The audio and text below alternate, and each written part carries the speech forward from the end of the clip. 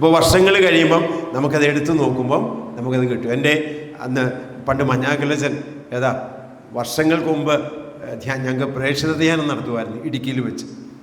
എത്ര വർഷം മുമ്പ്? 1980. അപ്പോൾ വർഷം എത്രയും വർഷം എത്ര? അന്നത്തെ നോട്ടുകൾ ഇപ്പോഴും കിടപ്പുണ്ട്. ഞാൻ ഇടയ്ക്ക് എടുത്ത് നോക്കും.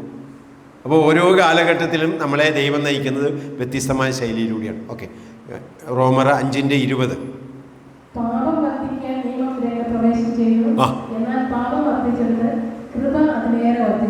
കേട്ടോ, പാപം വർദ്ധിച്ചെടുത്ത് കൃപ അതിലേറെ വർദ്ധിച്ചു. അപ്പൊ പ്രിയപ്പെട്ടവരെ, നമ്മളിനി പാപത്തെക്കുറിച്ചല്ല പറയേണ്ടത്. എന്തിനെക്കുറിച്ച് പറയണം? ആ കൃപയെക്കുറിച്ച് പറയണം. ഞാൻ പലപ്പോഴും നോക്കുമ്പോൾ ഞാൻ ഇതായിട്ട് പറയുന്നതല്ല, ഇങ്ങനെ പറയും പാപം അങ്ങനെയാണ്, ഇങ്ങനെ ചെയ്യരുത്, ഇങ്ങനെ ചെയ്യരുത്. ഇതൊക്കെ നിങ്ങൾ വിട്ടുകളാം. കാരണം പാപം വർദ്ധിച്ചെടുത്ത് അതിലേറെ കൃപ വർദ്ധിച്ചു. ഞാൻ അസീസിയിൽ ഇങ്ങനെ ധ്യാനം നടത്തുമ്പോൾ എൻ്റെ അടുത്ത ആളുകൾ ഷെയറിങ്ങിന് വരുമ്പോൾ ചില വ്യക്തികൾ പറയുന്നത് കേൾക്കുമ്പം നമ്മുടെ ഉള്ളം ജ്വലിക്കുക. ചെറുപ്പക്കാർ, വലിയവരല്ല, ചെറുപ്പക്കാർ. കാരണം ഞാൻ ഓർക്കുകയത് പാപം എവിടെ വർദ്ധിച്ചിട്ടുണ്ടോ അവിടെ അതിലേറെ കൃപ വർദ്ധിച്ചിട്ടുണ്ട്. അപ്പം എന്തിനെക്കുറിച്ച് പറയണം? ആ കൃപയെക്കുറിച്ച് ധ്യാനിക്കണം. ഇനി അല്ലാതെ അവനത് ചെയ്തു, അല്ല അവളിത് ചെയ്തു, ഇത് ചെയ്യരുത്, അത് ചെയ്യരുത്. അതിൻ്റെ കാലഘട്ടമൊക്കെ കഴിഞ്ഞു. ഇനി നമ്മൾ പറയേണ്ടത് എന്താണ്? ആ കൃപയെക്കുറിച്ചാണ് ഞാൻ ഇന്ന് പങ്കുവെക്കാൻ ആഗ്രഹിക്കുന്നത്. ഈ കൃപയെക്കുറിച്ചാണ്. പ്രിയപ്പെട്ടവരെ, മാലാഹ വന്നിട്ട് മറിയത്തെ ദൂത് അറിയിച്ചു. എവിടെയാണ്? ലൂക്ക 1:28. ലൂക്ക 1:28 ഒന്ന് വായിച്ച്. ലൂക്ക 1:28 കിട്ടിയോ? ലൂക്കായുടെ സുവിശേഷം 1-ാമത്തെ അധ്യായം 28-ാമത്തെ തിരുവചനം ഇരുന്നുകൊണ്ട് വായിച്ചാൽ മതി. ദൂതൻ അവളുടെ അടുത്ത് വന്ന് പറഞ്ഞു, ദൈവകൃപ നിറഞ്ഞവളെ സുസ്തി, കർത്താവ് നിന്നോടുകൂടെ. ദൂതൻ എന്താ പറഞ്ഞത്? ദൈവകൃപ. അച്ഛൻ മുമ്പേ മാലാഹമാരെ കുറിച്ച് പറയുന്നത് ഞാൻ കേട്ടു. അപ്പൊ ഈ മാലാഹ വന്നിട്ട് പറയുന്നത് മറിയമേ എന്നല്ല വിളിച്ചത്. നിങ്ങൾ ശ്രദ്ധിച്ചിട്ടുണ്ടോ? ബൈബിളിൽ പേര് പറയാതെ ഒരു വാക്കുകൊണ്ട് മാലാഹ അഭിസംബോധന ചെയ്ത ഒരൊറ്റ വ്യക്തിയുള്ളൂ, അത് മറിയമാണ്. ബാക്കി ഏത് വ്യക്തിയെ അടുത്ത് വന്ന് പറയുമ്പോഴും, ഇപ്പം സാമുവൽ വിളിക്കുന്ന പേര് ചൊല്ലിയാണ് വിളിക്കുന്നത്.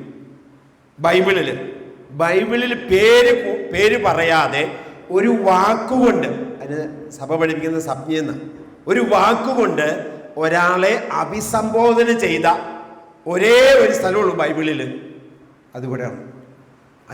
അപ്പം മറിയത്തിൻ്റെ മഹത്വം ഒന്ന് ഓർത്തു നോക്കിക്കേ. മറിയത്തെക്കുറിച്ച് എന്താ പറഞ്ഞത്? ദൈവകൃപ നിറഞ്ഞവളെ സുസ്തി. ഉണ്ടോ?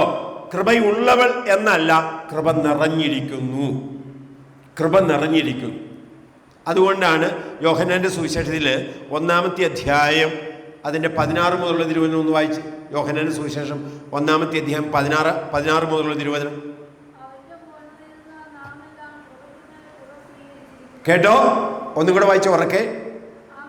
അവന്റെ പൂർണ്ണതയിൽ നിന്നും നാം എല്ലാം കൃപയ്ക്കുമേൽ കൃപ സ്വീകരിച്ചിരിക്കുന്നു എന്ന് പറഞ്ഞാൽ അതിനർത്ഥം എന്താ? എന്ന് പറഞ്ഞാൽ അതിനർത്ഥം എന്താ? എന്ന് പറഞ്ഞാൽ എന്താ? എന്തെന്നാൽ ഒന്നും കൂടെ വായിച്ച്. അവന്റെ പൂർണ്ണതയിൽ നിന്നും. ആരുടെ പൂർണ്ണതയിൽ നിന്ന്? യേശുവിന്റെ, അല്ലേ? യേശുവിന്റെ പൂർണ്ണതയിൽ നിന്നും നാം എല്ലാം കൃപയ്ക്കുമേൽ കൃപ സ്വീകരിച്ചിരിക്കുന്നു എന്ന് പറഞ്ഞാൽ അർത്ഥം എന്താ? കൃപയ്ക്കുമേൽ കൃപ സ്വീകരിക്കുക എന്ന് പറഞ്ഞാൽ എന്താ അറിയാമോ? ഇല്ല. കൃപയ്ക്കുമേൽ കൃപ സ്വീകരിക്കുക എന്ന് പറഞ്ഞാൽ കൃപയുടെ സമൃദ്ധിയെ സൂചിപ്പിക്കുന്നതാണ് കൃപയ്ക്കുമേൽ കൃപ. പറഞ്ഞു മനസ്സിലായോ? വെറും കൃപയെന്നല്ല പറഞ്ഞത്. എന്താണ്? കൃപയ്ക്കുമേൽ കൃപ. അപ്പം കൃപയുടെ സമൃദ്ധിയാണ്. അപ്പൊ പ്രിയപ്പെട്ടവരെ, ഒരു കാര്യം തിരിച്ചറിയണം. നമുക്ക് കൃപയുടെ എന്തുണ്ടാകണം? സമൃദ്ധി ഉണ്ടാകണം. കേട്ടോ? ഇന്നത്തെ പ്രശ്നം എന്നറിയോ? നമുക്ക് കൃപയുണ്ട്, എന്തില്ല? സമൃദ്ധിയില്ല. കറക്റ്റ്. കൃപയുണ്ട്. ഇപ്പൊ തന്നെ ഈ മഴയത്ത് നിങ്ങൾ ഇവിടെ ഇത്രയും പേര് വന്നില്ലേ? അതെന്തുകൊണ്ടാ? കൃപയുള്ളത് കൊണ്ടാണ്. കൃപയുള്ളത് കൊണ്ടാണ് നമ്മൾ ഈ വചനം കേൾക്കാൻ ദാഹത്തോടെ കാത്തിരിക്കുന്നത്. എന്തുണ്ട്? ആ കൃപയുണ്ട്. ഇനി എന്തുണ്ടാകണം? ആ കൃപയുടെ സമൃദ്ധി ഉണ്ടാകണം. അപ്പൊ സ്വർഗത്തിലെ ദൈവം ആഗ്രഹിക്കുന്നത് കൃപ. അതുകൊണ്ടാണ് പരിശുദ്ധ അമ്മയോട് പറഞ്ഞത് കൃപ നിറഞ്ഞവൾ, ഉള്ളവൾ എന്നല്ല, നിറഞ്ഞവൾ. ബക്കറ്റിൽ വെള്ളം ഉണ്ടെന്ന് പറയുന്നു, നിറഞ്ഞിരിക്കുന്ന വ്യത്യാസമുണ്ട്. ഞാൻ ഇതിനു മുമ്പ് പറഞ്ഞിട്ടുണ്ട്, ബക്കറ്റിൽ വെള്ളം ഉണ്ടെന്ന് പറഞ്ഞാൽ ഇനി ഒഴിക്കാം, നിറഞ്ഞിരിക്കുന്നു എന്ന് പറഞ്ഞാൽ ഒഴിക്കാൻ പറ്റില്ല.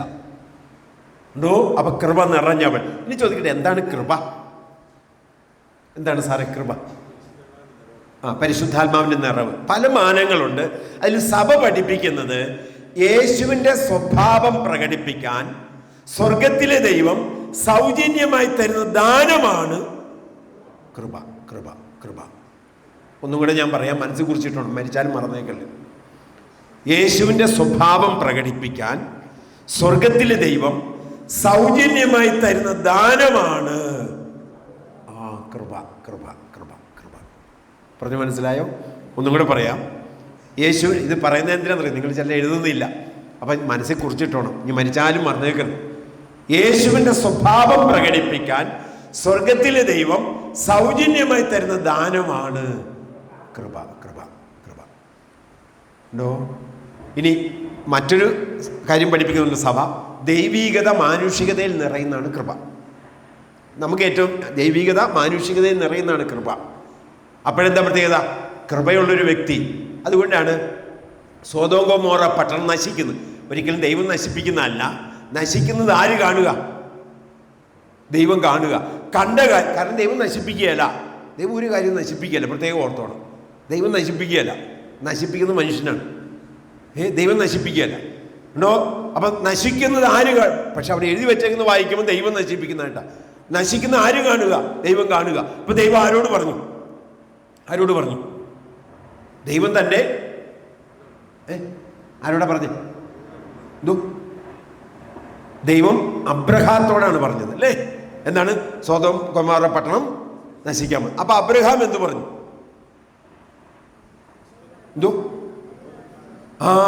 അബ്രഹാം പറഞ്ഞു 50 നീതിമാന്മാരുണ്ടെങ്കിൽ ആ പട്ടണം നശിപ്പിക്കരുത്. അപ്പൊ ദൈവം പറഞ്ഞു ഇല്ല, ഇല്ല. അവസാനം 40, ഇല്ല 30, ഇല്ല 20, അവസാനം ഒരാൾ പോലും ഇല്ല. ഈ നീതിമാൻ എന്ന് പറയുന്നതിന് അർത്ഥം എന്താണെന്നറിയോ? ശരിക്കും കൃപയുള്ളവരെന്നാണ്. അപ്പൊ ഒരു വ്യക്തി കൃപയുള്ളതായിട്ട് ആ സ്ഥലത്തുണ്ടെങ്കിൽ ആ വ്യക്തിയെ പ്രതി ദൈവത്തിന്റെ കൃപ ഈ ഭൂമിയിലേക്ക് ഒഴുകും. ഒരു വ്യക്തി കുടുംബത്തിനുണ്ടായാൽ മതി, കൃപയുള്ള ഒരു വ്യക്തി ഉണ്ടായാൽ മതി. ചില ഭാര്യമാർ വന്നിട്ട് പറയും ഭർത്താവ് പള്ളിയിൽ പോകില്ല ബ്രദറെ, ഭർത്താവ് പ്രാർത്ഥിക്കില്ല. വേണ്ട വേണ്ട വേണ്ട വേണ്ട, നിങ്ങൾ പറയരുത് പ്രാർത്ഥിക്കാൻ. കൃപയുള്ളൊരു ഭാര്യ ഉണ്ടെങ്കിൽ അവിടെയാണ് വെളിച്ചം കിട്ടേണ്ടത്. കൃപയുള്ളൊരു വ്യക്തി ഒരു സ്ഥലത്തു മതി. ഉണ്ടോ? സ്വർഗത്തിലെ ദൈവം നോക്കുന്ന അതാണ്. അതുകൊണ്ടാണ് മാലാഹ വന്നു. വീണ്ടും മാലാഹ പറഞ്ഞില്ലേ? എന്താണ് ഈശോയുടെ ജനനസമയത്ത് ആട്ടിടയന്മാരോട് പറഞ്ഞത്? എന്താ? ഭൂമിയിൽ ദൈവകൃപ നിറഞ്ഞവർക്ക് സമാധാനം. അപ്പൊ ഈ വീട്ടിൽ സമാധാനം ഇല്ലെന്ന് പറഞ്ഞതിന് അർത്ഥം എന്താ? അവിടെ കൃപയുള്ള ഒരു വ്യക്തി പോലും ഇല്ല. ഞാൻ ഈ കഴിഞ്ഞ ദിവസം ഒരു വീട്ടിൽ ചെന്നപ്പോൾ അവൻ വിവാഹം കഴിച്ചിട്ട് 2 വർഷമായുള്ളൂ. അവൻ പറഞ്ഞ എങ്ങനെയാ? വിവാഹശേഷം എനിക്ക് സമാധാനം ഉണ്ടായിട്ടില്ല. ഇപ്പൊ കേസായി. ഉണ്ടോ? ഞാൻ ആ വീട്ടിൽ ഇരുന്നപ്പോൾ ശ്രദ്ധിച്ചു. അവനോട് നല്ല പയ്യൻ, വളരെ നല്ല പയ്യൻ. ഉണ്ടോ? ഞാനവനോട് സംസാരിച്ചപ്പോൾ ഓർത്തു കേട്ടോ, അവൻ എന്നോട് പറഞ്ഞതാ, ഞാൻ പുകവലിച്ചിട്ടില്ല, മദ്യപിച്ചിട്ടില്ല, തെറ്റായ ഒരു ബന്ധങ്ങളിലും പോയിട്ടില്ല, എന്നിട്ടും ബ്രദറെ എനിക്ക് ഈ ഗതി വന്നല്ലോ. ഉണ്ടോ? അവൻ ആരാണ് സാറേ? അവൻ എന്നോട് പറഞ്ഞ വാക്കാണ് ബ്രദറെ. അവന്റെ അമ്മ പറഞ്ഞ വാക്കാണെന്നോ, ഇത്രയും നല്ല പയ്യൻ ഈ ഇടവകയിലില്ല, എന്നിട്ടും എൻ്റെ കുഞ്ഞിനിത് വന്നല്ല. ഉണ്ടോ? നല്ലവർ നിങ്ങളുടെ നാട്ടിൽ നല്ലവരുണ്ടോ? നിങ്ങൾ ആരും മിണ്ടുന്നില്ല. നല്ലവരുണ്ടോ? ഈ ഇടവകയാണോ? അല്ല, ഭൂഭരണി. അവിടെ നല്ലവരുണ്ടോ? അവിടെ നല്ലവരേ ഉള്ളൂ. കറക്റ്റ്. ഞാൻ രാമപുരംകാരനാണ്. അവിടെ ആരോ ഉള്ളൂ? നല്ലവരുള്ളൂ. ആരാ സാറേ നല്ലവര്?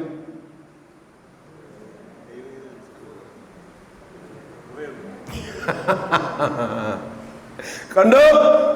നമ്മള് നല്ലവരെന്ന് പറയുന്ന ആരാന്നറിയോ? ഒരു ഉപദ്രവവും ഇല്ല, ഒരു ഉപകാരവും ഇല്ല. കറക്റ്റ്.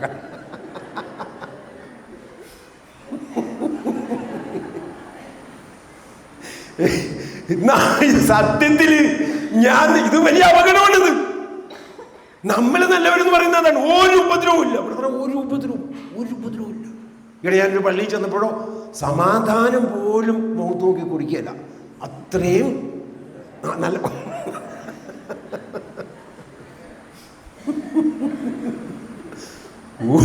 ഒരു ഉപകാരവും ഇല്ല, ഒരു ഉപദ്രവവും ഇല്ല.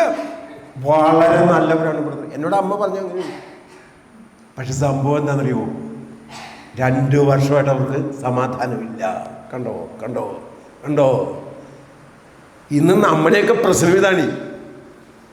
പള്ളി വരും, കുർബാനയൊക്കെ സ്വീകരിക്കും, വളരെ നല്ലവരാണ്. പക്ഷെ സ്വസ്ഥതയില്ല സഹോദരി, സ്വസ്ഥതയില്ല. സ്വസ്ഥതയില്ലെന്ന് പറഞ്ഞാൽ അതിനർത്ഥം കൃപയില്ല. അപ്പൊ നിങ്ങളൊരു വീട്ടിൽ ചെല്ലുമ്പോൾ അവിടെ നല്ലവരെന്ന് പറഞ്ഞാൽ നിങ്ങൾ മനസ്സിലാക്കിക്കോണം, കൃപയുണ്ടെങ്കിലോ, അതാണ് മാതാവ് പറഞ്ഞത്, കൃപ നിറഞ്ഞവർക്ക് സമാധാനം. ഭൂമിയിൽ കൃപയുണ്ടെങ്കിൽ ആർക്കും നിങ്ങളുടെ സമാധാനം. ഇപ്പൊ ഞാൻ വിവാഹം കഴിച്ച് എനിക്ക് കൃപയുണ്ടെങ്കിൽ ആ പെണ്ണിന് ഒരിക്കലും എൻ്റെ സമാധാനം കളയാൻ പറ്റത്തില്ല. ചില അമ്മമാർ പറയല്ലേ, മരുമകൾ വന്നതോടെ ഇവിടുത്തെ സമാധാനം പോയി ബ്രദറെ. എനിക്ക് അത് മരുമകൾ വന്നതുകൊണ്ടല്ല, ആ വീട്ടിലും ആ അമ്മായിമ്മയ്ക്കും ഒന്നും ഇല്ലായിരുന്നു, കൃപയില്ല.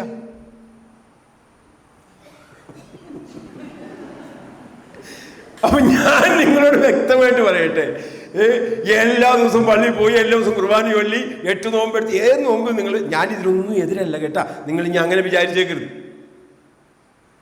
നോക്കേണ്ടത് കൃപയുണ്ടോ, കൃപയുണ്ടോ, ഇവിടെ വെളിച്ചം കിട്ടേണ്ടത്.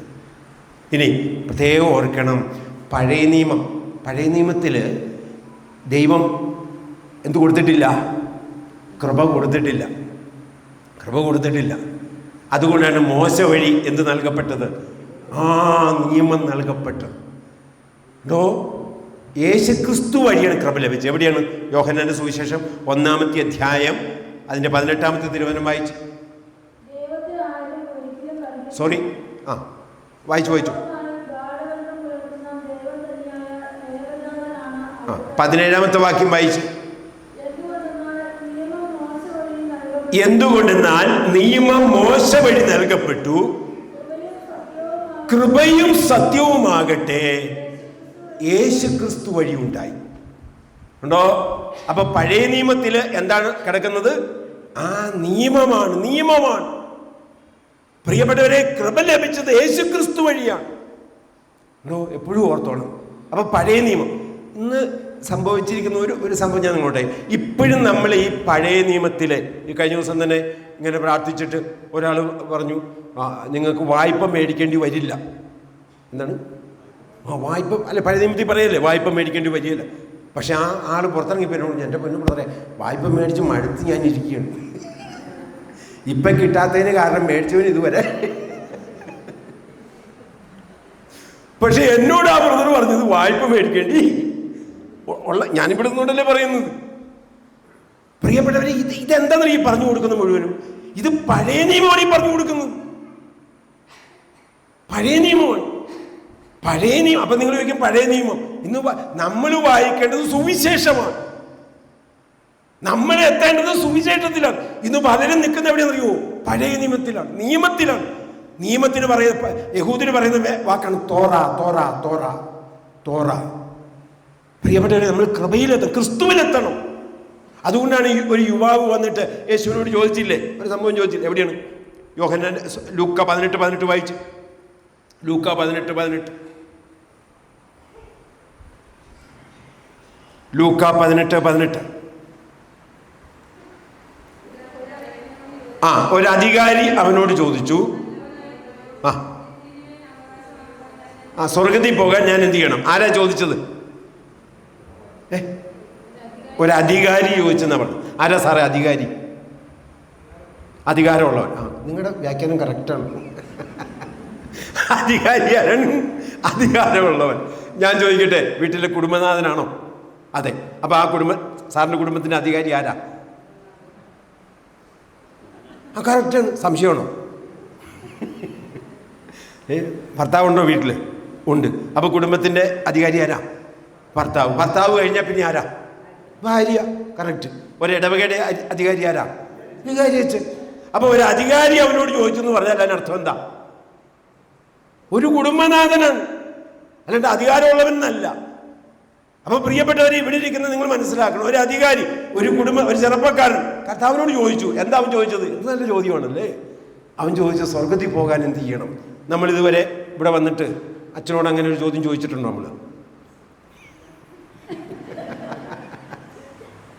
നമ്മൾ ധ്യാനം കൂടാൻ പോയിട്ട് അങ്ങനെ, ഞാൻ ഈ ചെറുപ്പക്കാരനെ എനിക്ക് ഭയങ്കര ഇഷ്ടമാണ്. അവൻ ചോദിക്കുന്നത് സ്വർഗത്തിൽ പോകാൻ എന്ത് ചെയ്യണം? അപ്പം നല്ല അധികാരിയാണ്, നല്ല നല്ല വീട്ടുടമസ്ഥനാണ്. അപ്പൊ ഈശോ എന്ത് പറഞ്ഞു? എന്നെ അധികാരി എന്ന് വിളിച്ചത് വായിച്ചു. ആരുമില്ല. വായിച്ചു. കണ്ടോ, പ്രമാണങ്ങളെല്ലാം നിനക്കറിയാമല്ലോ. വ്യഭിചാരം ചെയ്യരുത്, കൊല്ലരുത്, മോഷ്ടിക്കരുത്, കള്ളസാക്ഷ്യം നൽകരുത്, പിതാവിനെയും മാതാവിനെയും ബഹുമാനിക്കുക. അവൻ പറഞ്ഞു, ചെറുപ്പം മുതൽ ഞാൻ ഇതെല്ലാം പാലിച്ചിട്ടുണ്ട്. കണ്ടോ, അപ്പൊ ചെറുപ്പം മുതൽ അവനെ ശരിക്കും നന്നായിട്ടാണ് ഇവന്റെ കാർന്നവന്മാർ വളർത്തിയേക്കുന്നത്. നമ്മളും പറയാറില്ലേ, ബ്രദറെ, ചെറുപ്പം മുതൽ അമ്മയുടെ നിർബന്ധമായിരുന്നു എല്ലാ ദിവസവും പള്ളിയിൽ പോകണം അല്ലേ, പ്രാർത്ഥിക്കണം അല്ലേ. അതെ, ഒരു ആർക്കും എതിരെ ഇതെല്ലാം നമ്മളെയും പഠിപ്പിച്ചിട്ടുണ്ട്. അത് തന്നെയാണ് അവനെയും പഠിപ്പിച്ചേക്കുന്നത്. ഉണ്ടോ, നിയമം വ്യക്തമായിട്ട് പഠിപ്പിച്ചിട്ടുണ്ട്. അവനറിയാം. അപ്പോൾ അവർക്കും നിയമം പാലിക്കണം. കൃപയിലേക്ക് വരാനുള്ള ചാലാണ് നിയമം പ്രത്യേകം ഓർത്തോണം. അപ്പൊ ഈശോ എന്ത് പറഞ്ഞു? കർത്താവ് പറഞ്ഞു, നിനക്ക് കുറവുണ്ട് എന്ന് പറഞ്ഞാൽ അതിനർത്ഥം എന്താണെന്നറിയാവോ? നല്ലവരായാൽ സ്വർഗത്തിൽ പോകുമോ? ഇല്ല. കറക്റ്റ്. നിയമത്തിൽ നിന്നാ സ്വർഗത്തിൽ പോകുമോ? ഉറക്കം പറ, പോകില്ല. അതാണ് കർത്താവ് പറയുന്നത്. കുറവുണ്ട്. എന്താ അവന്റെ കുറവ്? നിനക്കുള്ളതെല്ലാം വിട്ട് ദരിദ്രർക്ക് കൊടുക്ക്, പിന്നെ വന്നിട്ട് എന്നെ അനുഗമിക്കാൻ പറഞ്ഞു. ചോദിക്കട്ടെ, എന്താ സാറേ അവന്റെ കുറവ്? സമ്പത്ത്. അയ്യോ, സമ്പത്ത് കുറവല്ല സാറേ. കാരണം എന്താണെന്നറിയോ? അച്ചായന്റെ കയ്യില് ഒരാൾ വന്നൊരു വായ്പ ചോദിക്കുന്നു. നമ്മുടെ കയ്യിലുണ്ടെല്ലാം കൊടുക്കാൻ പറ്റുള്ളൂ, ആണോ? അതെ, ഞാൻ ആളുകളോട് പറയും ലോൺ എടുക്കാൻ പോകരുത്. വേറെ ഒന്നും കൊണ്ടല്ല. ലോൺ എടുത്തു കഴിഞ്ഞാൽ മരണം വരെ ഇത് അടച്ച് തീർന്ന് എടുത്ത് പലിശ അടിച്ച് പുതുക്കി വെക്കുള്ളൂ. അപ്പം എന്താ പറയുന്നറിയോ? ഒരാൾ വന്ന് ചോദിച്ചാൽ കൊടുക്കാൻ പറ്റില്ല. ഏറ്റവും വലിയ പ്രശ്നം അതാണ്. ഏറ്റവും വലിയ. അപ്പം സമ്പത്ത് ഒരിക്കലും കുറവല്ല. കാരണം ദൈവം ഇതെല്ലാം ആസ്വദിക്കാനാണ് ദൈവം നമുക്ക് നല്ല കാറ്, നല്ല വീട്, നല്ല ഡ്രസ്സ് ഉണ്ടോ, എല്ലാം ദൈവം തന്നേക്കുന്നത് കേട്ടാ. അപ്പം സമ്പത്ത് കുറവല്ല. നമ്മൾ ധരിച്ചിരിക്കുന്നത് അങ്ങനെയാണ്. ഈശോ പറഞ്ഞു, നിനക്കൊരു കുറവുണ്ട്. എന്താ അവൻ്റെ കുറവ്?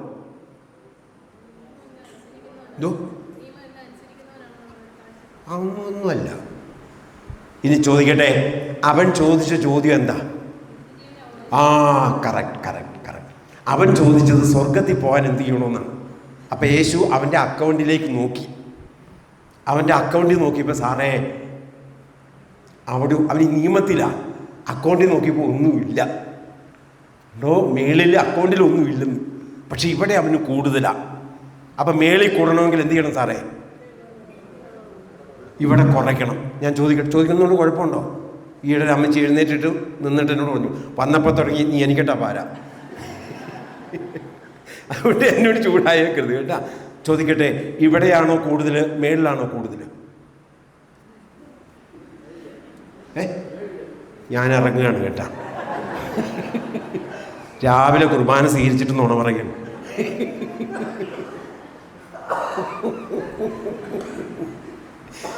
ഇവിടെയാണോ സാറേ കൂടുതൽ, മേളിലാണോ കൂടുതൽ? ഇവിടെയാ കൂടുതൽ. അച്ഛൻ എന്തോരം സ്ഥലമുണ്ട്? എന്തോരം സ്ഥലമുണ്ടെന്ന്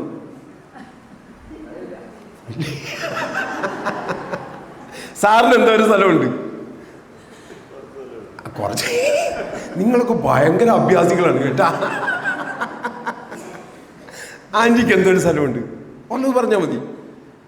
എത്ര ഏക്കറുണ്ട്? 5 ഏക്കർ. അപ്പം അടുത്ത ആഴ്ച അത് എത്രയാക്കണം? 10 ആക്കണ്ട, 2.5 ആക്കിയാൽ മതി. സത്യമാണ് പ്രിയ. ഞാനിത് തമാശ പറഞ്ഞല്ല, ഈ പുസ്തകത്തിന് മുമ്പിൽ നിന്നാണ് ഞാൻ പറയുന്നത്. കർത്താവ് പറഞ്ഞത് എന്താണെന്ന് അറിയാം? നിനക്ക് കുറവുണ്ടെന്ന്. എവിടെ? മേളിൽ. അപ്പൊ മേളിൽ കൂടണമെങ്കിൽ ഇവിടെ എന്ത് ചെയ്യണം? ഇവിടെ കുറയ്ക്കണം. അതാണ് കൃപ. ഇവിടെ കുറയ്ക്കണം സാറേ. ഇപ്പം എത്ര വളയുണ്ട്? ഉണ്ടോ? 2 വള. അടുത്ത ആഴ്ച അത് എത്രയാക്കണം? ആൻറ്റി ഓർക്കും ഇത് ഉരുക്കി ഒന്നാക്കണമെന്ന്. അല്ല അല്ല, ഇപ്പൊ പിടികിട്ടിയ ഉണ്ടോ? മിണ്ടുന്നില്ല. പ്രിയപ്പെട്ടവരെ, ഇത് കൃപ ലഭിക്കാതെ പറ്റില്ല സഹോദരി, പറ്റില്ല. നമുക്കുണ്ടല്ല ഇത് ഈ കൊന്തയില്ലേ, കൊന്ത, ഇത് 4 നേരം ഉരുട്ടാൻ വളരെ എളുപ്പമുണ്ട്. സത്യമാണ്. ഞാൻ ജപമാലയ്ക്കെതിരല്ല, പ്രാർത്ഥനയ്ക്കെതിരല്ല. ചോദിക്കട്ടെ, ഇത്രയും കാലം ഈ മണ്ണിൽ ജീവിച്ചിട്ട് ഇവിടെയാണോ കൂടുതൽ, മേളിലാണോ കൂടുതൽ? ചോദ്യം അതാണ് സഹോദരൻ. ഉണ്ടോ? അവന് ഒരുപാട് സ്വത്തുണ്ടായിരുന്നു, അവൻ പോയിന്നാ പറഞ്ഞു. അതിനർത്ഥം സ്വർഗത്തിലെത്തില്ലവൻ. ഇവിടെ തീർച്ച ഇത് കൃപ വേണം പ്രിയപ്പെട്ടവരെ, കൃപ വേണം. ഇന്ന് നമ്മളൊക്കെ നിൽക്കുന്നത് എങ്ങനെയാണെന്നറിയാമോ? ഈ നിയമത്തിലാണ്. അപ്പൊ നമ്മൾ ഓർക്കുന്നത് പാപം ചെയ്യുന്നില്ല, അതുകൊണ്ട് എനിക്കൊരു കുറവുമില്ല. ഇവിടെയാണ് പഠിച്ചത്. ഇവിടെ തിരിച്ചറിവുണ്ടാകേണ്ടത്. വലതുകരി ഉയർത്തി ഒന്ന് പറഞ്ഞ് സ്തുതിച്ച്, ഒന്ന് കരങ്ങൾ ഉയർത്തി സ്തുതിച്ചാട്ടെ. ഹല്ലേലൂയ. സ്തുതിക്കണം, അദ്ദേഹം തുറക്കണം. ദൈവത്തിന്റെ ആത്മാവ് ഇടപെടണം, പരിശുദ്ധാത്മാവ് ഇടപെടണം. ഹല്ലേലൂയ. പോരാ. യേശുവേ വിളിച്ചുണരട്ടെ. അഭിഷേകം നിറയട്ടെ, കൃപ നിറയണം, ജ്ഞാനം നിറയണം, ആത്മാവ് നിറയണം. പോരാ. യേശുവേ. കരുതാതെ. ഇനി ചോദിക്കട്ടെ, എങ്ങനെയാണ് കൃപ ലഭിക്കുന്നത്? എന്നോട് ഈയിടെ ഒരു സാറ് എഴുന്നേറ്റ്, കോളേജ് പ്രൊഫസറാണ്, ഞാൻ ഒരു സ്ഥലത്ത് ക്ലാസ് എടുത്തപ്പോൾ എന്നോട് എഴുന്നേറ്റ് ചോദിച്ചു, സാറേ എങ്ങനെയാണ് കൃപ ലഭിക്കുന്നത്? കൃപയല്ല, കൃപയുടെ സമൃദ്ധി ലഭിക്കുന്നത് എങ്ങനെയാണ് അറിയാമോ? കുദാശകളിലൂടെ. എടുത്തേ, എഫേസ്യസ് 2:8 വായിച്ച്.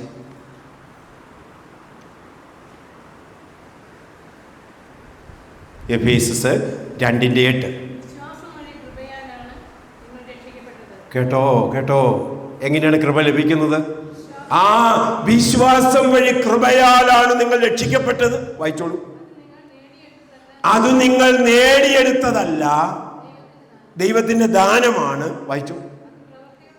അത് പ്രവൃത്തികളുടെ ഫലമല്ല, തന്മൂലം ആരും അതിൽ അഹങ്കരിക്കേണ്ട. മതി. അപ്പൊ എങ്ങനെയാണ് സാറേ കൃപ ലഭിക്കുന്നത്? കൃപ ലഭിക്കാൻ ഏക വഴി വിശ്വാസം വഴി കൃപയാലാണ് നിങ്ങൾ രക്ഷിക്കപ്പെട്ടത്. ശ്രദ്ധിച്ചോളാം, വിശ്വാസം വഴി. എന്നിട്ട് എന്താ പറഞ്ഞത്? വിശ്വാസം വഴി കൃപയാലാണ് നിങ്ങൾ രക്ഷിക്കപ്പെട്ടത്, അത് നിങ്ങൾ നേടിയെടുത്തതല്ല. എപ്പോഴും ഓർത്തോണം, രക്ഷ സൗജന്യമാണ്. പ്രിയപ്പെട്ടവരെ, അതിന് നീ പണം മുടക്കണ്ട, അതിന് നീ കൂലി കൊടുക്കണ്ട, അതിന് നീ ഒരു പുണ്യപ്രവൃത്തിയും ചെയ്യണ്ട. നീ ചെയ്യുന്ന പ്രവൃത്തികളുടെ ഫലമല്ല കൃപ, മറിച്ചോ യേശു ക്രിസ്തു കുരിശിൽ ചെയ്ത പ്രവൃത്തിയുടെ ഫലമാണ് കൃപ. അതുകൊണ്ടാണ് ഈശോ കുരിശിൽ കിടന്ന് പടഞ്ഞു മരിച്ചപ്പോൾ ദേവാലയത്തിന്റെ തിരശീല മുകൾ മുതൽ താഴെ വരെ കീറിപ്പോയി. സ്വർഗം തുറക്കപ്പെട്ടു. അതുകൊണ്ട് നീ എവിടെ നിന്ന് എൻ്റെ കർത്താവെ എന്ന് വിളിച്ചാൽ ആ സമയം നിന്നിലേക്ക് കൃപ വരും. ഇവിടെ വെളിച്ചം കിട്ടുന്നുണ്ട്. അപ്പം വിശ്വാസം വഴി കൃപയാലാണ് നിങ്ങൾ രക്ഷിക്കും, അത് നിങ്ങൾ നേടിയെടുത്തതല്ല. അപ്പം നമ്മൾ പ്രത്യേകം ഓർത്തോണം, നമ്മളെന്തെങ്കിലും ചൊല്ലിക്കൂട്ടിയോ കുറേ പ്രാർത്ഥന ചൊല്ലിയോ ഒന്നും കൃപ കിട്ടത്തില്ല. എന്ന് വെച്ചാൽ നമ്മൾ ചെയ്യുന്ന പ്രവൃത്തിയുടെ ഫലമല്ല പ്രിയപ്പെട്ടവരെ, ഓർത്തുകൊള്ളണം. അപ്പം നിങ്ങൾ ചോദിക്കും, പ്രവൃത്തി ചെയ്യണ്ടേ? ചെല്ലു പറയും, ബ്രദറെ ഞാൻ ഉച്ച മുതൽ 4 മണി വരെ മണലെ മുട്ടുമെന്ന് പ്രാർത്ഥിച്ചപ്പോൾ ദൈവം എന്നെ അനുഗ്രഹിച്ചു. തെറ്റാണ്. അപ്പം നിങ്ങൾ ചോദിക്കും, മുട്ടുമേ നിൽക്കുന്ന തെറ്റാണ് മണൽ? ഒരിക്കലും തെറ്റല്ല. പക്ഷെ ഒരു കാര്യം ഓർക്കണം, അങ്ങനെ മണലേൽ മുട്ടുമേ നിൽക്കാൻ നിങ്ങൾക്ക് എന്ത് കിട്ടിയത് കൊണ്ടാണ്? കൃപ കിട്ടിയത് കൊണ്ടാണ്, അല്ലാതെ എൻ്റെ കഴിവല്ല. അപ്പോഴെന്താ പറ്റിയെന്നറിയാമോ?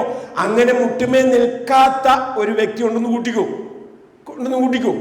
ആ വ്യക്തിക്ക് അങ്ങനെ ഒരു കൃപ കിട്ടിയിട്ടില്ല. അത്രേ ഉള്ളൂ. ഇപ്പൊ ഇവിടെ നിങ്ങൾ വന്നു, കറക്റ്റാണ്, ഇത് ദൈവം കൃപ തന്നതുകൊണ്ടാണ്. ഇനി വന്നില്ല കുറേ പേര്, അവരെ നമുക്ക് വിധിക്കാൻ ആവശ്യമില്ല സഹോദര. കാരണം അവർക്ക് അങ്ങനെ ഒരു കൃപ ഇല്ല. അല്ലാതെ നമ്മൾ ചെയ്യുന്ന പ്രവൃത്തിയുടെ ഫലമല്ല കൃപ, മറിച്ച് യേശു ക്രിസ്തു, അതെപ്പോഴും ഓർത്തോണം, ക്രിസ്തു കുരിശിൽ ചെയ്ത പ്രവൃത്തിയുടെ ഫലമാണ് കൃപ. അതുകൊണ്ടാണ് ചങ്കത്ത് കുത്തിയപ്പോൾ അവിടുന്ന് രക്തവും വെള്ളവും ഒഴുകി. പ്രിയപ്പെട്ട, ശരിക്കും പരിശുദ്ധാത്മാവ് അഭിഷേകമായി നിറയുന്ന അവിടെ തുടങ്ങിയാണ്. അവിടെയാണ് തിരിച്ചറിയുന്നത് കൃപ കിട്ടേണ്ടത്. ഉണ്ടോ? അപ്പോൾ യേശു ക്രിസ്തു കുരിശ് ചെയ്ത പ്രവൃത്തിയുടെ ഫലമാണ് കൃപ, ഞാൻ ചെയ്ത പ്രവൃത്തിയുടെ ഫലമല്ല. എന്താണ് വചനം പറഞ്ഞത്? വിശ്വാസം വഴി. ചോദിക്കട്ടെ, ആദ്യം നമ്മൾ എന്നാ വിശ്വാസി ആയത്? കറക്റ്റ്. ഗലാത്യ 3:26 വായിച്ചു. ഗലാത്യ 3:26.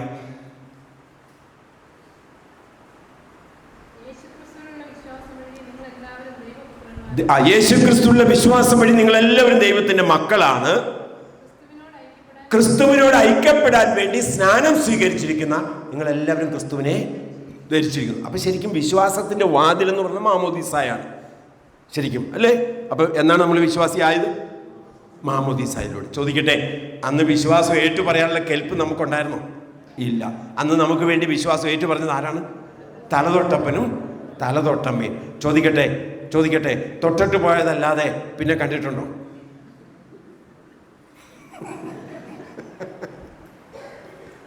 ഞാൻ നിങ്ങളോട് പറയട്ടെ, ഇന്നത്തെ ഏറ്റവും വലിയ പ്രശ്നം ഇതാണ് സഹോദര. ഈ തൊട്ടവനോ തൊടിയിപ്പിച്ചവനോ അറിയത്തില്ല എന്തിനാ തൊട്ടവൻ സത്യവതൻ. അതുകൊണ്ട് നിങ്ങൾ അതിനാണ് ഈ നാമമാത്ര ക്രിസ്ത്യാനി എന്ന് പറയുന്നത്. ഇവൻ മാമോദീസ സ്വീകരിച്ചതല്ലാതെ ഇന്ന് മാമോദീസ രാമൂർത്തോണ്ട് ഞാൻ കാണുന്നതാണ്. ചില മാമോദീസകളൊക്കെ ഭയങ്കരമാണ് പ്രിയപ്പെട്ടവര്, ഭയങ്കരമാണ്. കഴിഞ്ഞ ദിവസം ഞങ്ങളുടെ അവിടെ സെന്റ് തോമസ് സ്കൂളിലായിരുന്നു മാമോദീസ. ഞാൻ ലാസ്റ്റാണ് ചെന്നത്. കഴിച്ചു കഴിഞ്ഞപ്പം ഈ കൊച്ചിൻ്റെ അപ്പൻ്റെ അപ്പം വെല്ലുപ്പൻ എന്നോട് പറയാ, സാറേ അകത്തേക്ക് വന്ന ബ്രദറെ. കറക്റ്റ്. ഇപ്പോഴാണ് വേറെ ആരും ഇവിടെ.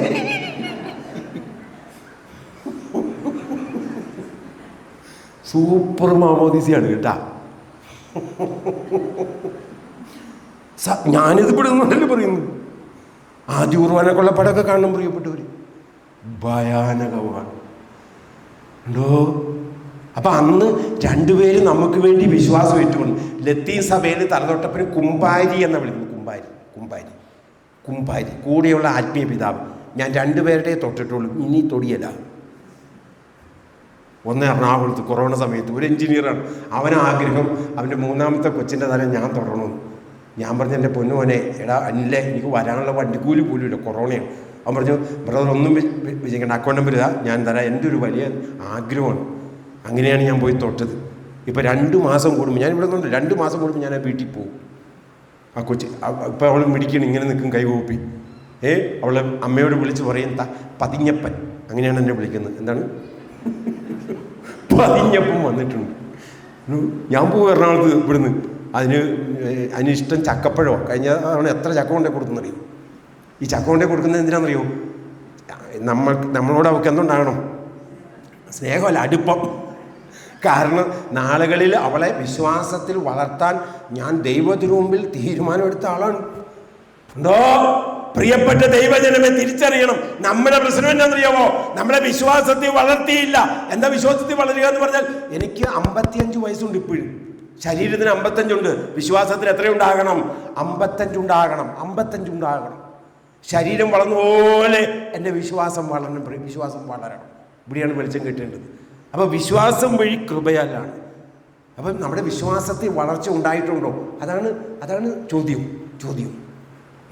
വിശ്വാസത്തിൽ നമ്മൾ വളർന്നു. അപ്പൊ കൃപ ലഭിക്കുന്നത് എങ്ങനെയാണ്? വിശ്വാസം വഴി കൃപയാലാണ്. ഇനി ചോദിക്കട്ടെ, എങ്ങനെയാണ് വിശ്വാസം ഉണ്ടാകുന്നത്? വിളവേറെ വേലക്കാരോ ചുരുക്കം. വിളവിൻ്റെ നാഥനോട് പ്രാർത്ഥിക്കാൻ. എന്തിനാണ്? വിളഭൂമിയിലേക്ക് ആളെ അയക്കാൻ. വിളവ് ഇറങ്ങി കൊയ്യാൻ പറഞ്ഞോ? വിളവേറെ, അതുകൊണ്ട് നിങ്ങൾ എല്ലാവരും ഇറങ്ങി കൊയ്യാൻ പറഞ്ഞോ? ഇല്ല. എന്താ കാരണം? പ്രിയപ്പെട്ടവരെ, ഐക്യപ്പെടാതെ പോകരുത്. ആണോ? ഇവിടെ നമുക്ക് വെളിച്ചം കിട്ടുന്നുണ്ട്. നമ്മൾ ഐക്യപ്പെടാതെ പോകരുത്. അപ്പൊ ശരിക്കും സ്വർഗത്തിൽ നിന്ന് എന്ത് കിട്ടണം?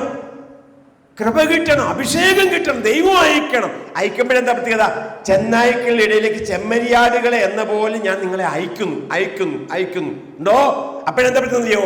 ചെന്നായ്ക്കളിലേക്ക് എങ്ങനെ അയക്കുക? ചെമ്മരിയാടുകൾ എന്ന പോലെയാ. അപ്പോഴെന്താ പ്രത്യേകത? ചെന്നായും എന്തായിട്ട് മാറും? ആടായി മാറും. അതാണ് ഈ അയക്കപ്പെടുമ്പോൾ. വിളിക്കുന്ന പ്രിയപ്പെട്ടവരോട് വ്യക്തമായിട്ട് പറയട്ടെ, അയക്കപ്പെടാതെ പോകരുത്. യൂട്യൂബിൽ എൻ്റെ ഒത്തിരി ടോക്ക് കിടപ്പുണ്ട്. ഞാൻ ഇന്നുവരെ ഇടില്ല. ഞാൻ ഇട്ടതല്ല, എന്നോട് ഒത്തിരി പേര് പറയാറുണ്ട് സുനിൽ പിടിച്ചിട്ട് ഞാൻ ഇട്ടിട്ടില്ല. പക്ഷേ ഒരു ചെറിയ ക്ലിപ്പ് ഇട്ട് 5 ലക്ഷം പേരുണ്ട്. 5 ലക്ഷം പേര് കണ്ട് ഒരു ചെറിയ ക്ലിപ്പ്. ഒരു പിതാവ് വിളിച്ചിട്ട് തന്നെ 2 വിദേശ രാജ്യത്ത് വിട്ട്. ഈയിടെ ഞാൻ തലശ്ശേരി രൂപതയിൽ നമ്മുടെ കരിസ്മാറ്റിക് സോണിൻ്റെ ഒരു 2 ദിവസത്തെ പ്രോഗ്രാം ഉണ്ടായിരുന്നു. അവിടെ ചെന്നപ്പം അവിടുത്തെ വികാരി ജനറൽ അച്ഛൻ പറഞ്ഞു, ഞാൻ സുനിലിനെ കുറിച്ച് യൂട്യൂബിൽ കണ്ടിട്ടുണ്ട്, ഞാനിന്ന് വരെ ഇട്ടിട്ടില്ല. അതേസമയത്ത് ഞാൻ കണ്ടിട്ടുണ്ട്. ഞാനിത് നിങ്ങൾക്ക് മനസ്സിലാൻ വേണ്ടി പറഞ്ഞാണ്. അവർ തന്നെ ഇട്ടിട്ട് അടിയിൽ എഴുതും, പറ്റുന്നവർക്കെല്ലാം എന്ത് ചെയ്യണം? അയച്ചു കൊടുക്കണം. മാക്സിമം ഇത് ആളുകളിൽ എത്തിക്കണം. പ്രിയപ്പെട്ടവരോട് പറയട്ടെ, ഇത് ദൈവം ആഗ്രഹിക്കുന്നതല്ല. ദൈവം അയക്കുമ്പോൾ നമുക്ക് എന്ത് കിട്ടും അറിയോ? അതിന് ആധികാരികത ഉണ്ടാവും, അഭിഷേകം ഉണ്ടാവും. ഇവിടെ വിളിച്ചങ്ങോട്ട് ഇവിടെ തിരിച്ച്. അപ്പം നിങ്ങൾ ചോദിക്കും, എങ്ങനെയാണ് ദൈവം അയക്കുന്നത്? അത് ദൈവം വിളിക്കും. കൃപ ലഭിച്ചവനെ ദൈവം വിളിക്കും. എന്നെ അയക്കുന്നില്ലെങ്കിൽ അതിനർത്ഥം എനിക്കെന്ത് കിട്ടിയിട്ടില്ല? കൃപ കിട്ടിയിട്ടില്ല. ഇനി സുവിശേഷം പ്രസംഗിക്കാൻ മൈക്ക് കൊണ്ട് മാത്രം എങ്ങനെ വേണം പ്രഘോഷിക്കാം? എങ്ങനെ വേണം? ഞാൻ സുവിശേഷകനായത് എങ്ങനെയാണെന്നറിയോ? ഞാൻ ഇങ്ങനെ ആയെന്നാളല്ല. ഞാനിവിടെ നിന്നപ്പോഴോർത്ത്, പണ്ട് ഇടുക്കി സോണിൽ എൻ്റെ പരിപാടി കക്കൂസ് കുഴി കുത്തുക, അരി മേടിക്കുക. നിങ്ങൾക്കറിയണോ, 3000 ചെറുപ്പക്കാരെ എല്ലക്കല്ലെന്ന് പറഞ്ഞ പള്ളിയുടെ മുറ്റത്ത് 5 ദിവസം 3000 ചെറുപ്പക്കാരെ എങ്ങനെയാണ് വീടുകൾ കയറി ഓല വലിച്ചുകൊണ്ട് വന്ന് മെടഞ്ഞ് ഞങ്ങൾ 40 പേര് കൂടി, ഞാനാണ് കോർഡിനേറ്റർ, 40 പേര് കൂടി കാട്ടിപ്പോയി ഇല്ലി വെട്ടി പന്തലിട്ടു. ഞങ്ങളുടെ വികാരി അച്ഛൻ അച്ഛൻ അന്തം വിട്ടുപോയി. അച്ഛൻ ചോദിച്ചു, മക്കളെ ഇതെന്ത് പ്രതിഫലം കിട്ടൂടാ നിങ്ങൾക്ക്? ഒരു പ്രതിഫലവും ഇല്ല അച്ഛാ, ഈശോയോടുള്ള സ്നേഹത്തെ പ്രതിയുണ്ട്. അങ്ങനെയാണ് ഞാൻ പന്തലിട്ട്. എന്നിട്ടോ ഒരു പ്രസംഗം വന്നില്ല, അന്ന് പോകണമെന്നില്ലല്ലോ. അപ്പോൾ അച്ഛന്മാരെന്നോട് പറഞ്ഞിട്ട് കൃത്യമായിട്ട് സുനിലെല്ലാം ബുക്ക് ചെയ്തേക്കണം. ഞാൻ പറഞ്ഞ് ബുക്ക് ചെയ്തിട്ടുണ്ട്. അപ്പോൾ ഒരു പ്രസംഗമില്ല. അപ്പോഴാണ് ഞാൻ കേൾക്കുന്നത്, പാലായിൽ ബേബി മൂടയിൽ എന്ന് പറഞ്ഞ ഒരു പ്രസംഗനുണ്ട്.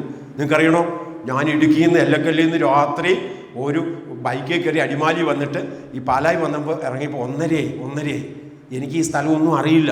പറഞ്ഞു തന്നെ 1:30. ഞാൻ ഓട്ടോക്കാരനെ വിളിച്ചിട്ട് പറഞ്ഞു, ഇങ്ങനൊരു എനിക്കറിയാം, പക്ഷേ അയാൾക്ക് സംശയം ഞാൻ ഇടുക്കിക്കാരനാണെന്ന് പറഞ്ഞു. വല്ല കഞ്ചാവ് പരിപാടിയാണ്. ദൈവകൃപയാൽ ഞാൻ എവിടെ പോയി ബൈബിൾ എടുത്ത് വെക്കും. ഞാൻ ഈ ബൈബിൾ കാണിച്ചു. അപ്പോൾ അയാൾക്ക് വിശ്വാസമായി. അങ്ങനെ 1:30-2 മണി സമയത്താണ് ഈ ബേബിച്ചാനെ പോയി ഞാനിപ്പോഴും ഓർക്കുന്നുണ്ട്. ഞാൻ ചെന്ന് മുട്ടി. ഈ ബേബിച്ചാനെ കെട്ടിപ്പിടിച്ചു കേട്ടോ. ആ മനുഷ്യൻ അന്ന് എന്നോട് പറഞ്ഞു, ഞാൻ ഇന്ന് ഓർക്കുന്നു. എൻ്റെ മുഖത്തേക്ക് ഇങ്ങനെ തുറച്ചു നോക്കിയിട്ട് ചോദിച്ചു, കൊച്ചു പറയുന്ന നേരാണ്, നീ ഇന്ന സ്ഥലം ഇവിടുന്ന് വരുന്നതാണോ നീ? ഞാൻ പറഞ്ഞു, അതേ ചോദിച്ചായ, ഞാൻ ഒന്നും കഴിച്ചിട്ട് പോലും ഇല്ല, തേടി വരുവാണ്. അന്ന് പാലായൊന്നും എനിക്ക് അറിയില്ല പ്രിയപ്പെട്ടു. അങ്ങനെയാണ് ഞാൻ പാലായിൽ ആദ്യം വരുന്നത്. എന്നിട്ട് ഈ മനുഷ്യനെ കെട്ടിപ്പിടിച്ചിട്ട് എന്നോടൊരു കാര്യം പറഞ്ഞു, ഞാൻ എന്ത് പരിപാടി മാറ്റി വെച്ച് ഞാൻ അവിടെ വന്നിരിക്കും.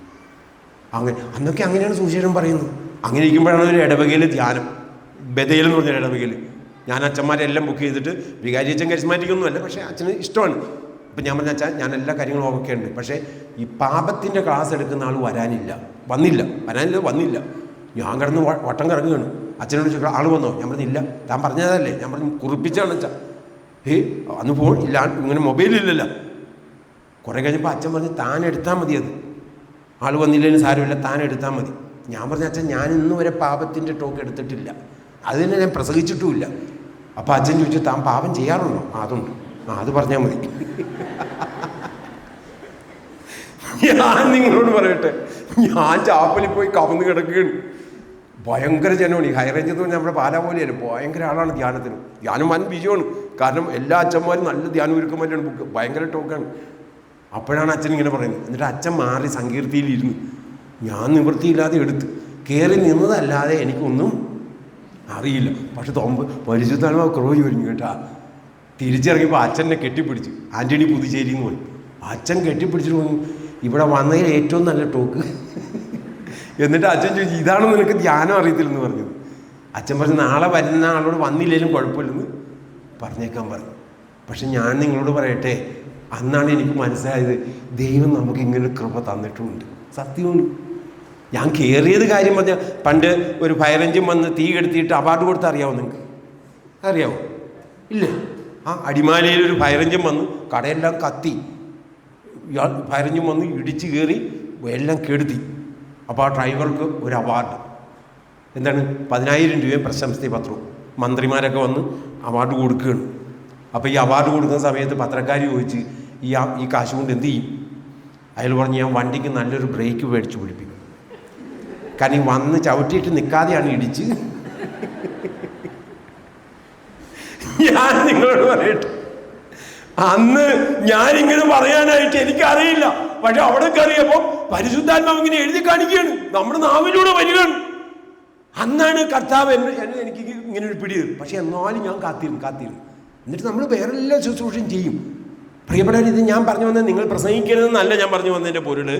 കൃപ ലഭിക്കാൻ വേണ്ടി കാത്തിരിക്കണം, പ്രവർത്തിക്കണം. നമ്മൾ ഓരോ കാര്യം പ്രവർത്തിക്കാന്ന് പറഞ്ഞ് കൊച്ചു കൊച്ചു രീതിയിൽ ഈശോയെ കൊടുക്കണം. അപ്പോൾ ഈശോ നമ്മൾ അയക്കും. ഉണ്ടോ? ഇവിടെ. അപ്പോൾ വിശ്വാസം വഴി കൃപയാ എന്താണ് വായിച്ചോന്ന് പറഞ്ഞ്, എന്നാൽ തങ്ങൾ വിശ്വസിച്ചിട്ടില്ലാത്തവനെ എങ്ങനെ വിളിച്ചപേക്ഷിക്കും? ഒരിക്കലും കേട്ടിട്ടില്ലാത്തവനിൽ എങ്ങനെ വിശ്വസിക്കും? ഇനി പ്രസംഗകനില്ലാതെ എങ്ങനെ കേൾക്കും? അയക്കപ്പെടുന്നില്ലെങ്കിൽ എങ്ങനെ പ്രസംഗിക്കും? സുവിശേഷം പ്രസംഗിക്കുന്നവരുടെ പാദങ്ങൾ എത്ര സുന്ദരം. എന്നിട്ട് പറയാണ്, വിശ്വാസം കേൾവിയിൽ നിന്നും, കേൾവി ക്രിസ്തുവിനെ പറ്റിയുള്ള പ്രസംഗത്തിൽ നിന്നും. എന്നെ കേൾക്കുന്ന എൻ്റെ പ്രിയപ്പെട്ടവരോട് പറയട്ടെ, നമ്മളെപ്പോഴും ഫോക്കസ് ചെയ്യേണ്ടത് ഈശോയിലെത്തിക്കണം. ഏത് വ്യക്തി വരുമ്പോഴും ഈ വ്യക്തിനെ ഈശോയിലെത്തിക്കണം. പ്രത്യേകം ഓർത്തോണം നിങ്ങൾ. ഇപ്പം നിങ്ങളുടെ അടുത്ത് കടബാധിതയായിട്ടൊരു മനുഷ്യൻ വരുമെന്ന് കൂട്ടിക്കോ, ആ വ്യക്തിയുടെ കടം മാറ്റാനുള്ള പരിപാടിയല്ല നമ്മൾ ചെയ്യേണ്ടത്. നമ്മളെന്നെ എന്നറിയാമോ, നിങ്ങൾ ഇന്നത് ചെയ്യുക അപ്പം കടം മാറും. ഒരിക്കലും അങ്ങനെ ചെയ്തേക്കരുത്. മറിച്ച് ഈ വ്യക്തിയുടെ കടത്തിൽ നിന്ന് പറിച്ചിട്ട് ഇവനെ എവിടെ പിടിപ്പിക്കണം? യേശുവിലേക്ക് ഫോക്കസ് ചെയ്യിക്കണം. കാരണം ഇവൻ ഈ കടം വന്നത് എന്തുകൊണ്ടെന്നറിയാമോ? ഇവന്റെ ഈ കടം മാറും. കടം മാറ്റാനുള്ള പരിപാടി നമ്മൾ ചെയ്താൽ കടം മാറും, ദൈവം ഇടപെടും. പക്ഷെ ഇവൻ പിന്നെ വരികയല്ല.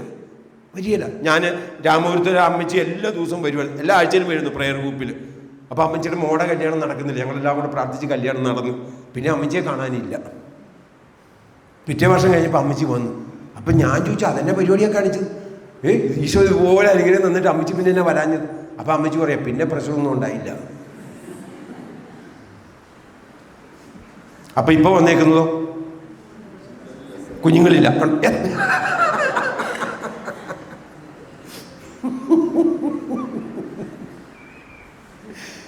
നിങ്ങൾ ചോദിക്കൂ, ശരിക്കും നമ്മൾ പലപ്പോഴും ഞാൻ പണ്ടൊക്കെ എനിക്ക് വിഷമം ഉണ്ടായിരുന്നു കേട്ടോ. നിങ്ങൾ ഇന്ന് കരയുമ്പോൾ ഇന്ന് എനിക്ക് വിഷമമില്ല. പണ്ട് എനിക്ക് കരയുമ്പോൾ വിഷമമുണ്ടായിരുന്നു, ഇന്ന് വിഷമമില്ല. കാരണം എന്താണെന്നറിയോ? ഈ വ്യക്തിയെ ഈശോയിൽ എത്തിക്കണം. അതിനു വേണ്ടിയിട്ടാണ്. അപ്പോൾ ഇവൻ്റെ സമ്പത്ത് തകരുന്നതാണ് നല്ലത്. കാരണം ഇവൻ നരകത്തിൽ പോകുന്നതാണോ നല്ലത്, സമ്പത്തില്ലാതിരിക്കുന്നതാണോ നല്ലത്? കറക്റ്റ്. അതുകൊണ്ട് പ്രിയപ്പെട്ടവരോട് പറയട്ടെ, ഈ ധ്യാനകേന്ദ്രത്തിൽ വരുന്ന മുഴുവൻ എന്താണെന്നറിയോ? ഈ പ്രശ്നം മാറാനാണ്. ശരിക്കും സുവിശേഷം എന്ന് പറയുന്നത് ഇവനെ ക്രിസ്തുവിൽ എത്തിക്കണം. അപ്പോൾ ക്രിസ്തു രൂപപ്പെടുന്നത് വരെ നമ്മൾ എന്ത് ചെയ്യണം? നമ്മൾ പ്രവർത്തിക്കണം. ഇവിടെയാണ് വിളിച്ചത്. അതാണ് ശരിക്കും വിശ്വാസം. അവന് വിശ്വാസം ഉണ്ടാകണം. അപ്പോൾ നിങ്ങൾ ചോദിക്കും, ശരിക്കും ഈശോയിൽ എത്തിക്കഴിയുമ്പോൾ ഈശോൻ്റെ ജീവിതത്തിൽ ഇടപെടും. ഇരു കരങ്ങൾ ഉയർത്തി ഒന്ന് സ്തുതിച്ച്, കർത്താവ് കൃപ തരുന്നുണ്ട്, അഭിഷേകം തരുന്നുണ്ട്, ജ്ഞാനം കിട്ടുന്നുണ്ട്. പ്രാർത്ഥിച്ച് ഹല്ലേലൂയ, സ്തുതിക്കട്ടെ. അദ്ദേഹം തുറക്കട്ടെ. പോരാ. പരിശുദ്ധാത്മാവ് ബലപ്പെടുത്തുന്നുണ്ട്. അഭിഷേകം തരട്ടെ, കൃപ തരട്ടെ, ജ്ഞാനം തരട്ടെ. യേശുവേ വിളിച്ചുണരട്ടെ. ഹല്ലേലൂയ, യേശുവേ ഹല്ലേലൂയ. യേശുവേ സ്തോത്രം. കരങ്ങൾ താത്തി. അപ്പോൾ വിശ്വാസം കേൾവിയിൽ നിന്നും. പ്രിയപ്പെട്ടവരോട് പറയട്ടെ, ആദ്യം നമ്മൾ സുവിശേഷം പ്രസംഗിക്കണം. ഇനി സുവിശേഷം പ്രസംഗിക്കുമ്പോൾ എന്താ കൃപ കിട്ടുന്നത് അറിയാവോ? എന്താണ് സുവിശേഷം പ്രസംഗിക്കുമ്പോൾ കൃപ കിട്ടുന്നത് അറിയാവോ? ആദ്യം കിട്ടുന്നത് ഇല്ല. ഇത് മറിക്കരുത്, ഇതിലേക്ക് വരുന്നത് 1 യോഹന്നാൻ 1-ാമത്തെ അധ്യായം 1 മുതൽ തിരുവനും വായിച്ച്. 1 യോഹന്നാൻ 1 മുതൽ 1 വരെ.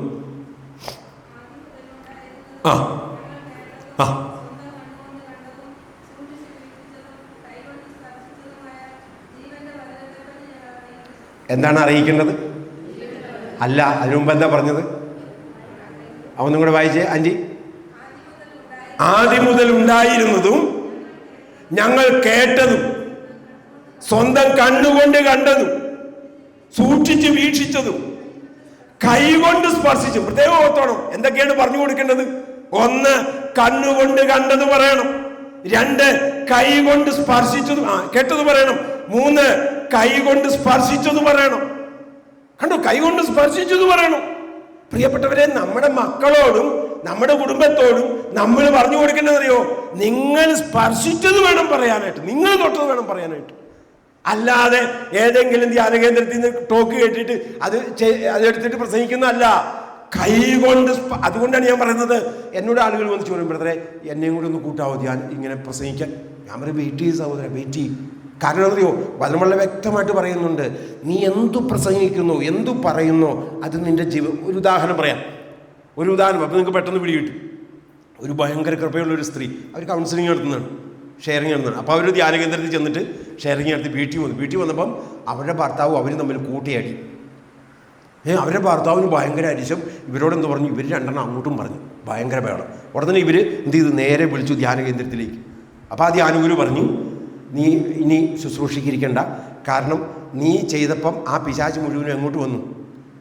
നിൻ്റെ വീട്ടിലേക്ക് വന്നു എന്ന് പറഞ്ഞു. അപ്പോൾ ഇവർ പിന്നെ ശുശ്രൂഷിക്കിരിക്കുകയല്ല.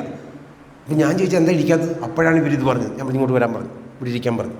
ഞാൻ ചോദിച്ചു, അന്ന് പോയിട്ട് അവിടെ എന്ത് സുവിശേഷമാണ് പറഞ്ഞത്, എന്തിനെക്കുറിച്ചാണ് കൗൺസിലിംഗ് നടത്തിയത്? അവിടെ നടത്തിയതെന്നറിയോ? ഒരു ഭാര്യയും ഭർത്താവും തമ്മിലുള്ള അവർ പിണങ്ങിയിരിക്കുകയായിരുന്നു. ഇവർ വചനമൊക്കെ കൊടുത്തപ്പോൾ അവരൊന്നിച്ചു, പക്ഷെ ഇവരുടെ വീട്ടിൽ അടി തുടങ്ങി. അപ്പം ഞാൻ ചോദിച്ചു, ഏതൊക്കെ വചനം പറഞ്ഞു കൊടുത്തത് അൽഫോൺസാ? അപ്പോൾ എന്നോട് പറഞ്ഞ് ക്ഷമയുടെ വചനം പറഞ്ഞു കൊടുത്തല്ലോ. പറഞ്ഞു എന്താ പറഞ്ഞത്? ക്ഷമിക്കാൻ പറഞ്ഞു. കറക്റ്റാണ്. അപ്പം എന്താ പറഞ്ഞതെന്നറിയോ? നീ എന്ത് പ്രസംഗിക്കുന്നോ ആ വചനത്തിൻ്റെ മുമ്പിൽ ദൈവം നിന്നെ നിർത്തും. കണ്ടോ ഞാൻ എന്തു പ്രസംഗിക്കുന്നു ആ വചനത്തിന്റെ മുമ്പിൽ എന്നെ നിർത്തും. ഞാൻ ക്ഷമയെക്കുറിച്ചാണ് നിങ്ങളോട് പറയുന്നതെങ്കിൽ ഞാൻ വ്യക്തമായിട്ട് പറയട്ടെ, ഇന്ന് വൈകിട്ട് ആരെങ്കിലും എന്നോട് മല്ലിടും. പറഞ്ഞ കാര്യം മനസ്സിലായ? അപ്പം നമ്മൾ എന്തു പ്രസംഗിക്കുന്നു ആ സുവിശേഷത്തിന് മുമ്പിൽ എന്നെ നിർത്തും കർത്താവ്. നിർത്തുമ്പോഴോ അപ്പോഴാണ് നോക്കുന്നത് എൻ്റെ ഉള്ളിൽ ക്ഷമയുണ്ടോ. കണ്ടോ, ഇത് പറഞ്ഞു കൊടുക്കാൻ വളരെ സുഖമാണ് സാറേ, പറഞ്ഞു കൊടുക്കാൻ വളരെ സുഖമാണ്. കണ്ടോ, 5 ഏക്കർ 2.5 ആക്കാൻ പറഞ്ഞു കൊടുക്കാൻ വളരെ സുഖമാണ്. ഇവിടെയാണ് വെളിച്ചം കിട്ടുന്നത്. അതുകൊണ്ടാണ് സുവിശേഷം പ്രസംഗിക്കുമ്പോൾ നിന്റെ ജീവിതം പറ, നീ തൊട്ടത് പറ. കണ്ടോ, അപ്പൊ കൈകൊണ്ട് സ്പർശിച്ചത് പറയണം. വായിച്ചോ, നീ ബാക്കി വായിച്ചോ.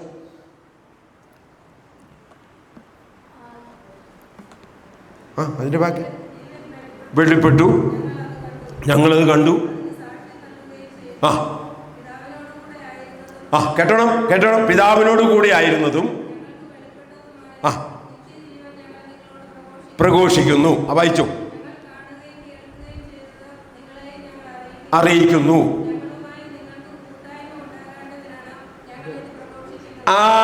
അപ്പൊ വചനം പ്രഘോഷിക്കുന്ന എന്തിനാണ് ചായ? ഞങ്ങളുമായി നിങ്ങൾക്ക് എന്തുണ്ടാകണം? കൂട്ടായ്മ ഉണ്ടാകണം. സുവിശേഷം പ്രസംഗിക്കാതെ ഒരു കാരണവശാലും കൂട്ടായ്മ ഉണ്ടായില്ല. കൂട്ടായ്മ ഉണ്ടാകണമെങ്കിൽ സുവിശേഷം പ്രസംഗിക്കണം. അപ്പം എൻ്റെ മക്കളൊക്കെ എന്നോട് കൂട്ടായ്മ ഉണ്ടാകണമെങ്കിൽ എന്ത് ചെയ്യണം സാറേ? മക്കളോട് ഞാൻ എന്ത് പ്രസംഗിക്കണം?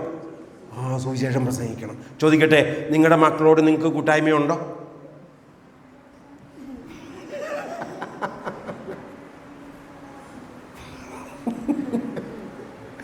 ഒട്ടും ചോദ്യമുള്ളൂ. നിങ്ങളുടെ മക്കൾക്ക് നിങ്ങളോട് കൂട്ടായ്മ ഉണ്ട്. ഈയിടെ എന്നോട് വലിയ ധ്യാനം പറഞ്ഞ് ഇപ്പോഴത്തെ പ്രസംഗരുടെ എല്ലാം മക്കളെ പിശാച് പിടിച്ചുകൊണ്ട് പോവുകയാണ്. എന്തൊരു അബദ്ധ സിദ്ധാന്തമാണെന്ന് അറിയൂ. പ്രസംഗരുടെ മക്കളെല്ലാം പിശാച് പിടിച്ചുകൊണ്ട് പോകുന്നു എന്ന് വെച്ചാൽ അതിനർത്ഥം എന്താണെന്നറിയോ? പ്രസംഗിക്കുന്ന എൻ്റെ മകൻ പ്രാർത്ഥിക്കുകയല്ല, അവൻ കൃപയും വരുന്നില്ല. അതിന് കാരണം എന്താണ്? ഈ അപ്പൻ മക്കളോട് സൂചന പറഞ്ഞിട്ടില്ല, ജീവിച്ചിട്ടില്ല. എനിക്കും 2 മക്കളില്ലേ? എനിക്കും ഭാര്യയില്ലേ? ഉണ്ട്. എനിക്കും അമ്മയില്ലേ? ഉണ്ട്. ഞാൻ നിങ്ങളോട് വ്യക്തമായിട്ട് പറയട്ടെ, ഞാൻ ആദ്യം എൻ്റെ മക്കളോടാണ് പ്രഘോഷിക്കുന്നത് ജീവിതം കൊണ്ട്. അപ്പോഴേ അവർക്ക് എന്നോട് എന്തുണ്ടാകൂ? കൂട്ടായ്മ ഉണ്ടാവൂ. പ്രിയപ്പെട്ടവരെ, അയൽവക്കംകാരുമായിട്ട് നിങ്ങൾക്ക് കൂട്ടായ്മയുണ്ടോ? നമുക്ക് കൂട്ടായ്മ കാരണം ഇപ്പം നിങ്ങൾ ശ്രദ്ധിക്കണം, നമ്മുടെ അയൽവക്കത്തുള്ള എത്ര വീടുകളുമായി നമുക്ക് കൂട്ടായ്മയുണ്ട്. കൂട്ടായ്മ ഉണ്ടാകണമെങ്കിൽ ആ വ്യക്തിയോട് നീ എന്ത് പറയണം? സൂചന പറയണം. ചുമ്മാ പറഞ്ഞാൽ പോരാ, പോയി പണി നോക്കാൻ പറയും. ജീവിതം കൊണ്ട് പറയണം, ജീവിതം കൊണ്ട്. ഇന്നത്തെ പ്രശ്നം അതാണ് സാറേ. നമ്മൾ പറയും പള്ളി പൊക്കോളാൻ മതി. അല്ല, അപ്പം ഞാൻ ജോലി ചെയ്യുന്നിടത്ത് ആ വ്യക്തിയുമായിട്ട് എനിക്ക് കൂട്ടായ്മ ഉണ്ടാകണം. എവിടെയൊക്കെ ഉണ്ട് എൻ്റെ കൂട്ടായ്മ? പരിശോധിക്കണം. അതോ അപ്പം എൻ്റെ മക്കളോട് എനിക്ക് കൂട്ടായ്മ. അല്ലാതെ ഞാൻ വ്യക്തമായിട്ട് പറയട്ടെ, മക്കളോടൊന്നും നിങ്ങൾ പറഞ്ഞു കൊടുക്കണ്ട, പ്രേമിക്കരുത്. എനിക്ക് 2 പെൺമക്കളെ, ഞാൻ ഇന്ന് വരെ പറഞ്ഞു കൊടുത്തിട്ടില്ല, പ്രേമിക്കരുതെന്ന് പറഞ്ഞു കൊടുത്തിട്ടില്ല. മൂത്ത മോൾക്കും രണ്ടാമത്തെ മോൾ പാർട്ട് ടൈം ജോലി ജർമ്മനിയിലാണ് ജോലി ചെയ്ത് അവളെ അമ്മയ്ക്ക് അക്കൗണ്ടിൽ ഇട്ട് കൊടുക്കും, എൻ്റെ അമ്മയ്ക്ക് ഇട്ട് കൊടുക്കും. എല്ലാവർക്കും ഇട്ട് കൊടുക്കും. കഴിഞ്ഞ ദിവസം ഉണ്ടല്ലോ, അവളുടെ കൂടെ ജോലി ചെയ്യുന്ന അവളുടെ കൂടെ പഠിക്കുന്ന കൊച്ചിന് എന്തെങ്കിലും പൈസ ഇല്ല, അവിടെയും ജോലിയില്ല. അവൾ എന്നെ വിളിച്ചോണ്ട്, പപ്പ ഞാനൊരു തെറ്റ് ചെയ്തു. ഞാൻ എന്ത് ചെയ്തു? ഞാൻ എൻ്റെ അക്കൗണ്ടിൽ നിന്ന് 1 ലക്ഷം രൂപ എടുത്ത് ആ കൊച്ചിന് കൊടുത്തു എന്ന് പറഞ്ഞു. അപ്പം ഞാൻ ചോദിച്ചു, കൊച്ചെങ്ങനെ കാര്യങ്ങൾ ഓടിക്കൂടാ? അപ്പോൾ അതെന്നോട് പറയാ, ഞാൻ എക്സ്ട്രാ ജോലി ചെയ്തോളാം. കാരണം അവൾ ഭയങ്കര വിഷമത്തിൽ, കോട്ടയംകാരിയാണ്. അവൾ വന്നിരുന്ന് കരഞ്ഞപ്പം ഞാനെടുത്ത് കൊടുത്തപ്പാ. അപ്പോൾ വഴക്ക് പറയരുത് കേട്ടാ. ഞാൻ പറഞ്ഞില്ല മോനെ. എന്നിട്ട് ആ കൊച്ചെന്ത് ചെയ്യുന്നറിയോ?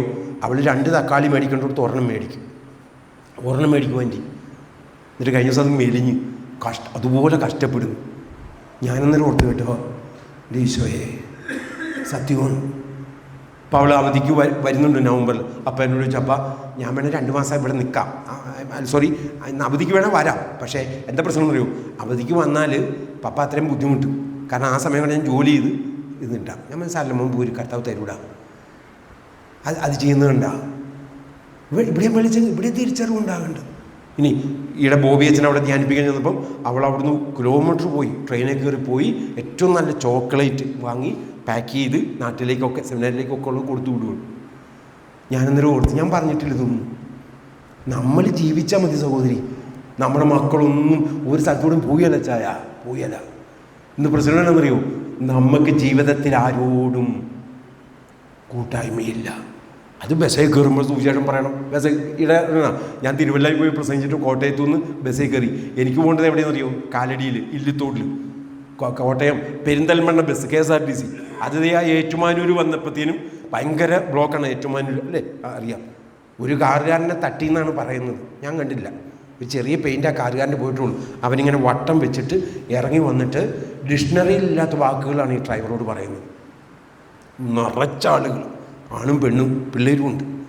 പെട്ടെന്ന് ഈ ഡ്രൈവർ നിർത്തിയിട്ട് ചെന്നപ്പം അയാൾ പറഞ്ഞു, സഹോദര ഇത് ഞാൻ കണ്ടില്ല, നിങ്ങൾ വന്ന് ഞാൻ ഇപ്പോൾ ബസ് പതുക്കെയാണ് പോയത്. ഈ തിരക്കിനിടയ്ക്ക് അങ്ങനെ വന്ന് കുത്തി കയറിയതാണ്. പക്ഷെ അകലം അതൊന്നും കാര്യമാക്കേണ്ട കാര്യമില്ല സാർ.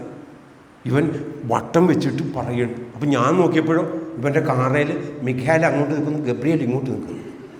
2 കൊന്തയാണ് ചുറ്റിയേക്കുന്നത്. അവനാണ് ഈ എന്നെ ഇത് വെക്കാതെ എങ്കിലും നടക്കണ്ടേ. അത് വർത്താനം പറയുന്നു. വന്നിട്ടും അപ്പം പറഞ്ഞു 10,000 രൂപ വേണമെന്ന് പറഞ്ഞു. അപ്പോൾ ഈ ഡ്രൈവർ പറഞ്ഞു, ഞാൻ എൻപാനലുകാരനാണെന്ന് പറഞ്ഞു.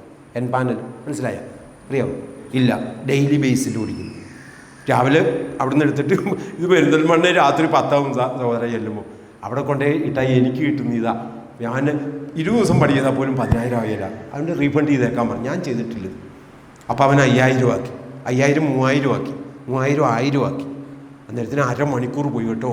ഞാൻ നോക്കുമ്പം സ്ത്രീകളും പെണ്ണുങ്ങളും ഒക്കെ ഒന്ന് കരയുക. കാരണം ചൂടും. പെട്ടെന്ന് ഞാൻ ആ കണ്ടക്ടറെ വിളിച്ചു. അയാൾ ഹിന്ദുവാണ്. ഞാൻ വിളിച്ചിട്ട് പറഞ്ഞു, സാറേ ഒരു കാര്യം ചെയ്യും, 1000 രൂപ കൂടെ കൊടുത്തേരും.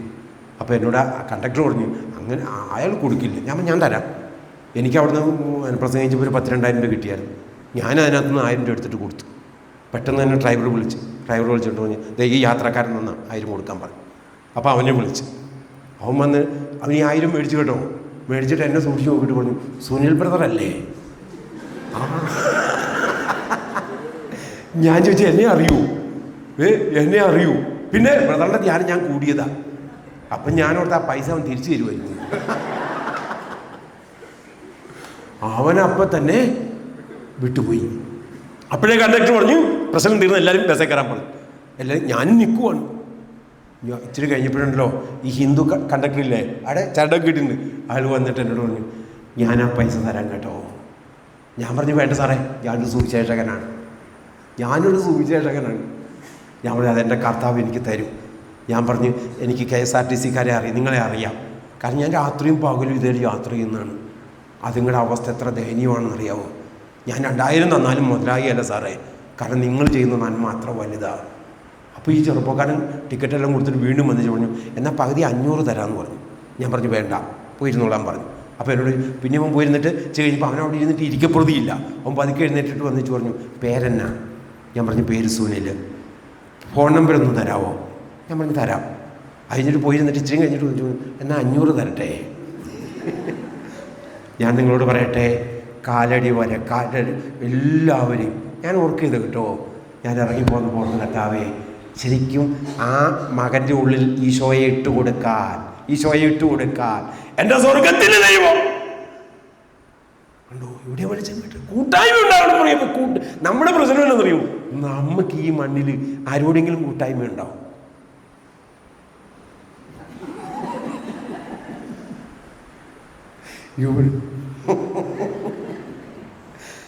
അപ്പൊ ഇന്നു മുതൽ എന്ത് പ്രസംഗിച്ചോണം? സുവിശേഷം ഇനി വീട്ടിൽ ഒരാൾ വന്നു, ആക്രി പെറുക്കാൻ വന്നു, നിങ്ങൾ എന്ത് ചെയ്യണം? അവരുമായിട്ടൊന്ന് കൂട്ടായ്മ ഉണ്ടാകണം. ഈ കഴിഞ്ഞ ദിവസം അമ്മയും ഭാര്യയും വീട്ടിലില്ലായിരുന്നു, ആക്രി പെറുക്കാൻ 3 സ്ത്രീകൾ. ഞാൻ പറഞ്ഞു വന്നിട്ട് എടുക്കാൻ പറ്റുന്നതെല്ലാം എടുക്കാൻ പറഞ്ഞു. അമ്മയാണെ പേപ്പർ 1 വർഷത്തെ ഇങ്ങനെ ശേഖരിച്ച് വെച്ചേക്കുന്നു, വില കൂടുമ്പം കൊടുക്കാൻ. അവർ ചോദിച്ചാൽ അതെടുത്തോട്ടെ. ഞാൻ പറഞ്ഞത് എടുത്തോളാൻ പറഞ്ഞു. കഴിഞ്ഞപ്പോൾ അവിടെ മണ്ണെണ്ണയ്ക്കാൻ ഞാൻ പറഞ്ഞു മണ്ണെണ്ണ കൂട്ടി എടുത്തോളാൻ പറഞ്ഞു. അപ്പച്ചൻ്റെ വീൽ ചെയർ 5 വർഷമായിട്ട് ഇരിക്കുന്നു, ഞാൻ പറഞ്ഞു എടുത്തോളാൻ പറഞ്ഞു. സാറേ അപ്പോൾ ഒരു പെണ്ണ് വന്നിച്ച് പറഞ്ഞു എന്നാൽ ആപ്പ വിളിച്ചുകൊണ്ട് വരാം. ഞാൻ പറഞ്ഞു പെട്ടെന്ന് വിളിച്ചുകൊണ്ട് വരാൻ പറഞ്ഞു. അപ്പോൾ എന്നോട് ആ സ്ത്രീ ചോദിച്ചു സാർ എന്ത് ചെയ്യും? ഞാൻ പറഞ്ഞു ഞാനൊരു സുവിശേഷകനാണ്. അവരുടെ കണ്ണ് നിറഞ്ഞു കേട്ടോ. അവരെന്നോട് പറയും അതുകൊണ്ടാണ് എല്ലാം എടുത്തോളാൻ പറയുന്നത്. ഞാൻ പറഞ്ഞു അമ്മ വരുന്നതിന് മുമ്പ് പെട്ടെന്നൊന്ന് പോയാൽ.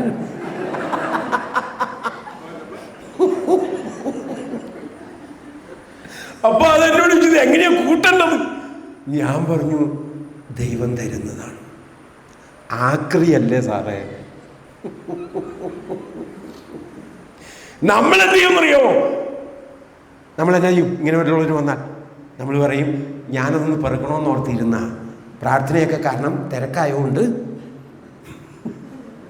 എന്നിട്ട് അതിന് പോലും പകുതി വിലയിടും, ആക്രിക്ക് പോലും. കണ്ടു? ചോദിക്കട്ടെ, ആർക്കാരോട് കൂട്ടായ്മയുണ്ട്?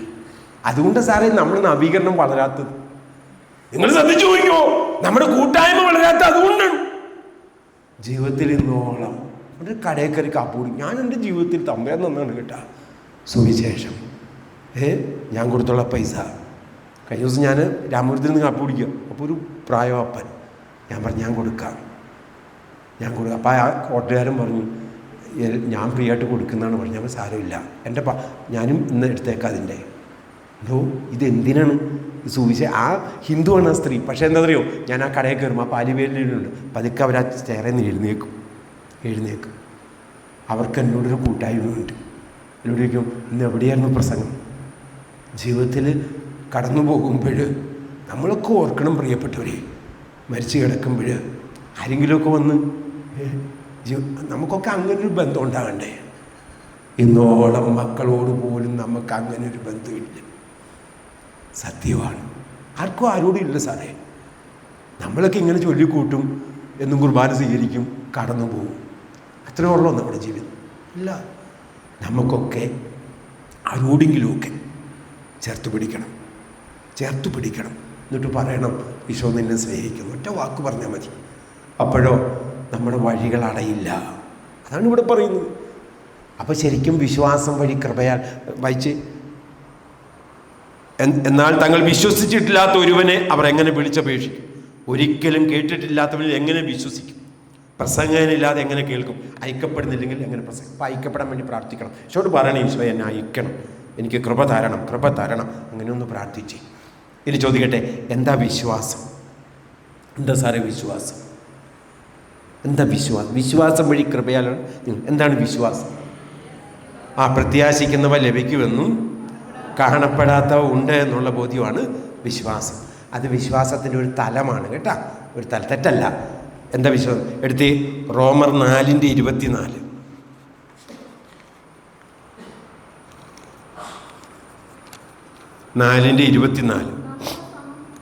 വായിച്ചു.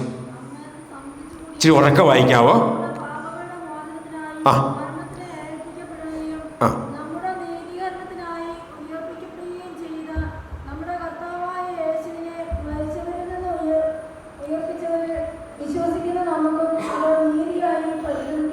വായിച്ചത് വല്ലതും പിടികിട്ടിയോ?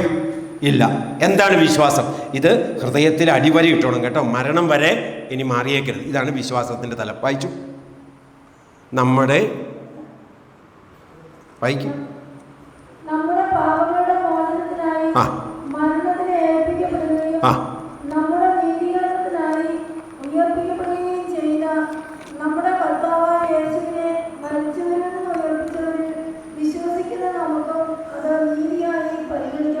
വായിച്ചത് വല്ലതും പിടികിട്ടിയോ?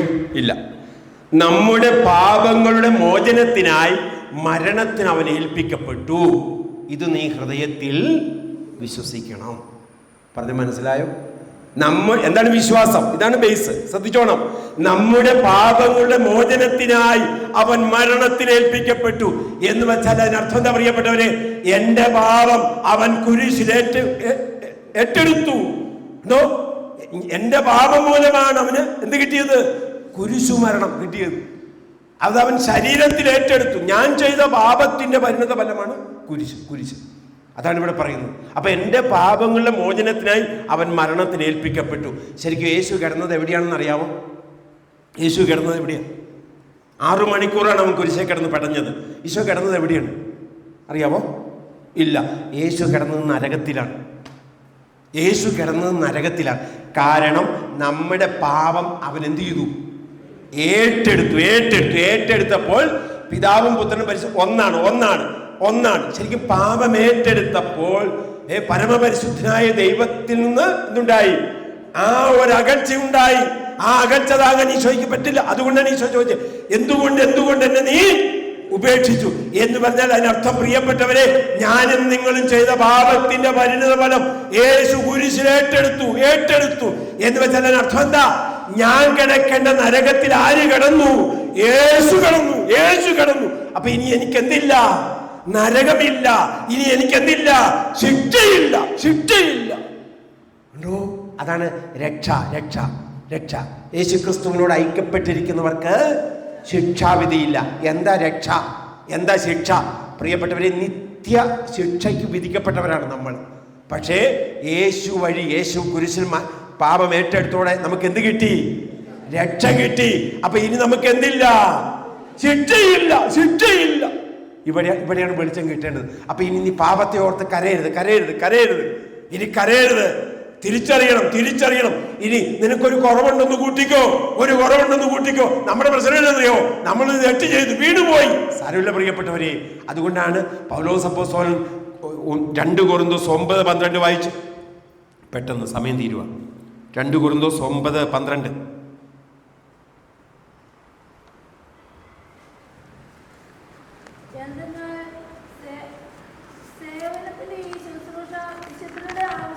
അല്ലല്ലോ, 2 കൊരിന്തോസ് 12:9 അതാണ്.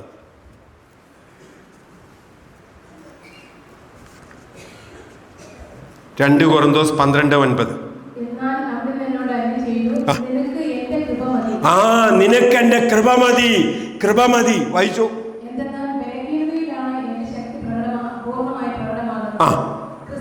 മതി. എന്തെന്നാണ് പറഞ്ഞത്? എന്തെന്നാൽ നിനക്ക്, ഇങ്ങനെയാണ് പറയുന്നത്. അപ്പസ്തോലന്റെ ശരീരത്തിൽ എന്തുണ്ടെന്നാണ് പറയുന്നത്? ഒരു മുള്ളുണ്ടെന്നാണ്. ഈ മുള്ളു മാറാനാണ് അപ്പസ്തോലൻ പ്രാർത്ഥിച്ചത്. അപ്പൊ കർത്താവ് പറഞ്ഞ് മുള്ളു മാറട്ടെ എന്നാണ് പറഞ്ഞത്? അല്ല, മുള്ള അവിടെ ഇരിക്കട്ടെ. നിനക്ക് എന്ത് മതി? നിനക്കെന്റെ കൃപ മതി എന്ന് പറഞ്ഞാൽ അതിനർത്ഥം പ്രിയപ്പെട്ട. പോയിട്ട് വന്നപ്പം അയലോക്കത്തെ തോമസിയേട്ടൻ വന്നിട്ട് ചോദിച്ചു, ജയ ഗ്യാസ് ഊറ്റി ഉണ്ടോന്ന് ചോദിച്ചു. ഗ്യാസ് ഊറ്റി. അപ്പൊ ജയയുടെ വീട്ടിൽ ഭയങ്കര കസ്മാറ്റിക്കാണ്. നിങ്ങളെപ്പോലെ സബ്സോണിൽ പ്രവർത്തിക്കുന്ന ഒരു പെണ്ണാണ്. അപ്പോൾ അവളുടെ വീട്ടിൽ 2 ഗ്യാസ് ഊറ്റിയുണ്ട്. ഒന്ന് കത്തുന്നു, ഒന്ന് നിറയെ ഇരിപ്പുണ്ട്. പെട്ടെന്ന് അവൾ പറഞ്ഞു, അയ്യോ ഇല്ലല്ലോ എന്ന് പറഞ്ഞു. ഈ സ്ത്രീകൾക്ക് 2 ബലഹീനതയാണ് ഉള്ളത്. ഒന്ന് ഗ്യാസും, ഒന്ന് സ്വർണവും.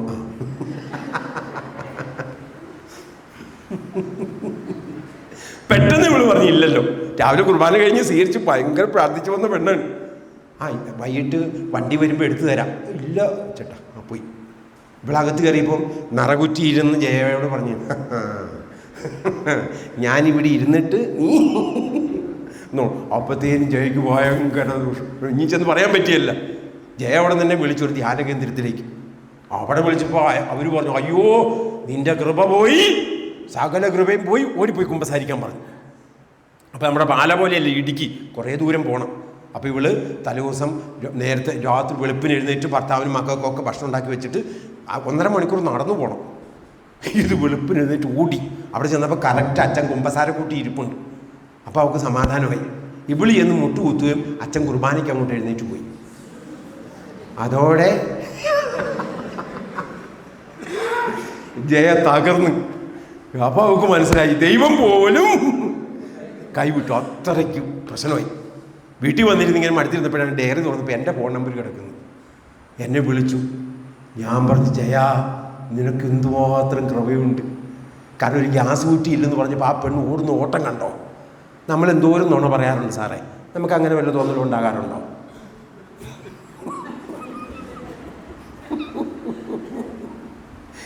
ആ പെണ്ണ്, ആ സ്ത്രീ കണ്ടോ? ഒരു ഗ്യാസ് കുറ്റിയില്ലെന്ന് പറഞ്ഞോളൂ, അവളുടെ ഉറക്കം പോകുന്നു, അവൾ എഴുന്നേറ്റ് ഓടുന്നു, അവൾ വിഷമിക്കുന്നു.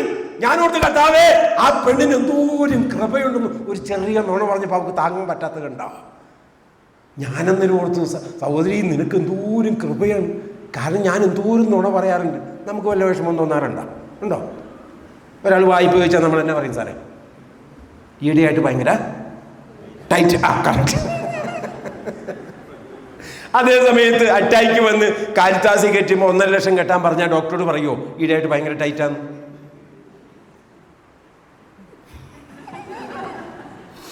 ഈ സത്യത്തിൽ ഇതെന്താ സംഭവം എന്നറിയുമോ?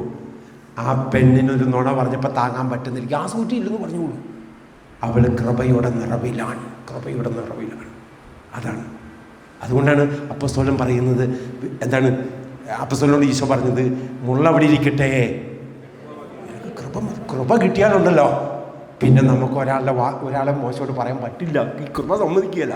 ചെവി ഇരുന്ന് പറയുന്നത് നമുക്ക് താങ്ങാൻ പറ്റില്ല. അതാണ് കൃപ, അതാണ് കൃപ. അതോ അപ്പം ശരിക്കും ഈശോയുടെ കുരിശ് മരണം അതാണ്. എന്താണ്?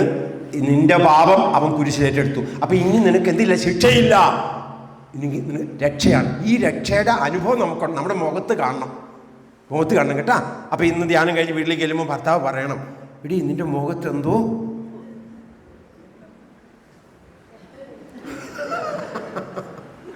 സാറിനെ കാണുമ്പോഴും പറയണം. അതിന് മോശ ഇറങ്ങി വന്നപ്പം, ഈ കൃപ സ്വീകരിച്ചിട്ട് വന്നപ്പം മോശയുടെ മുഖത്തേക്ക് നോക്കാൻ പറ്റിയില്ല. അപ്പം ഇന്ന് നമ്മൾ വീട്ടിൽ ചെല്ലുമ്പോൾ ഭാര്യയ്ക്ക് നമ്മുടെ മുഖത്തേക്ക് ഇത് കൂട്ടായ്മ കഴിഞ്ഞ് പോകുന്നവരെ കണ്ട ഏതാണ്ട് ശവോടൊക്കെ കഴിഞ്ഞ് പോകുന്നു പോലെ. അതുകൊണ്ട് പ്രിയപ്പെട്ടവർ, നിങ്ങളല്ല കേട്ടോ, നിങ്ങളൊക്കെ വളരെ സത്യമാണ്. നമ്മുടെ കണ്ണ്, ഈ കൃപയുള്ളവരെ കണ്ണുകൾക്ക് തിളക്കം ഉണ്ടാവും. കാരണം എൻ്റെ പാപം ഈശോ കുരിശിലേറ്റെടുത്ത്. രണ്ടെന്താണ്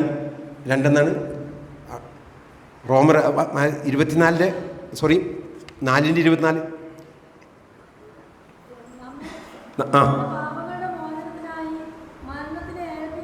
ഏൽപ്പിക്കപ്പെടുകയും നമ്മുടെ നീതീകരണത്തിനായി ഉയർപ്പിക്കപ്പെടുകയും ചെയ്ത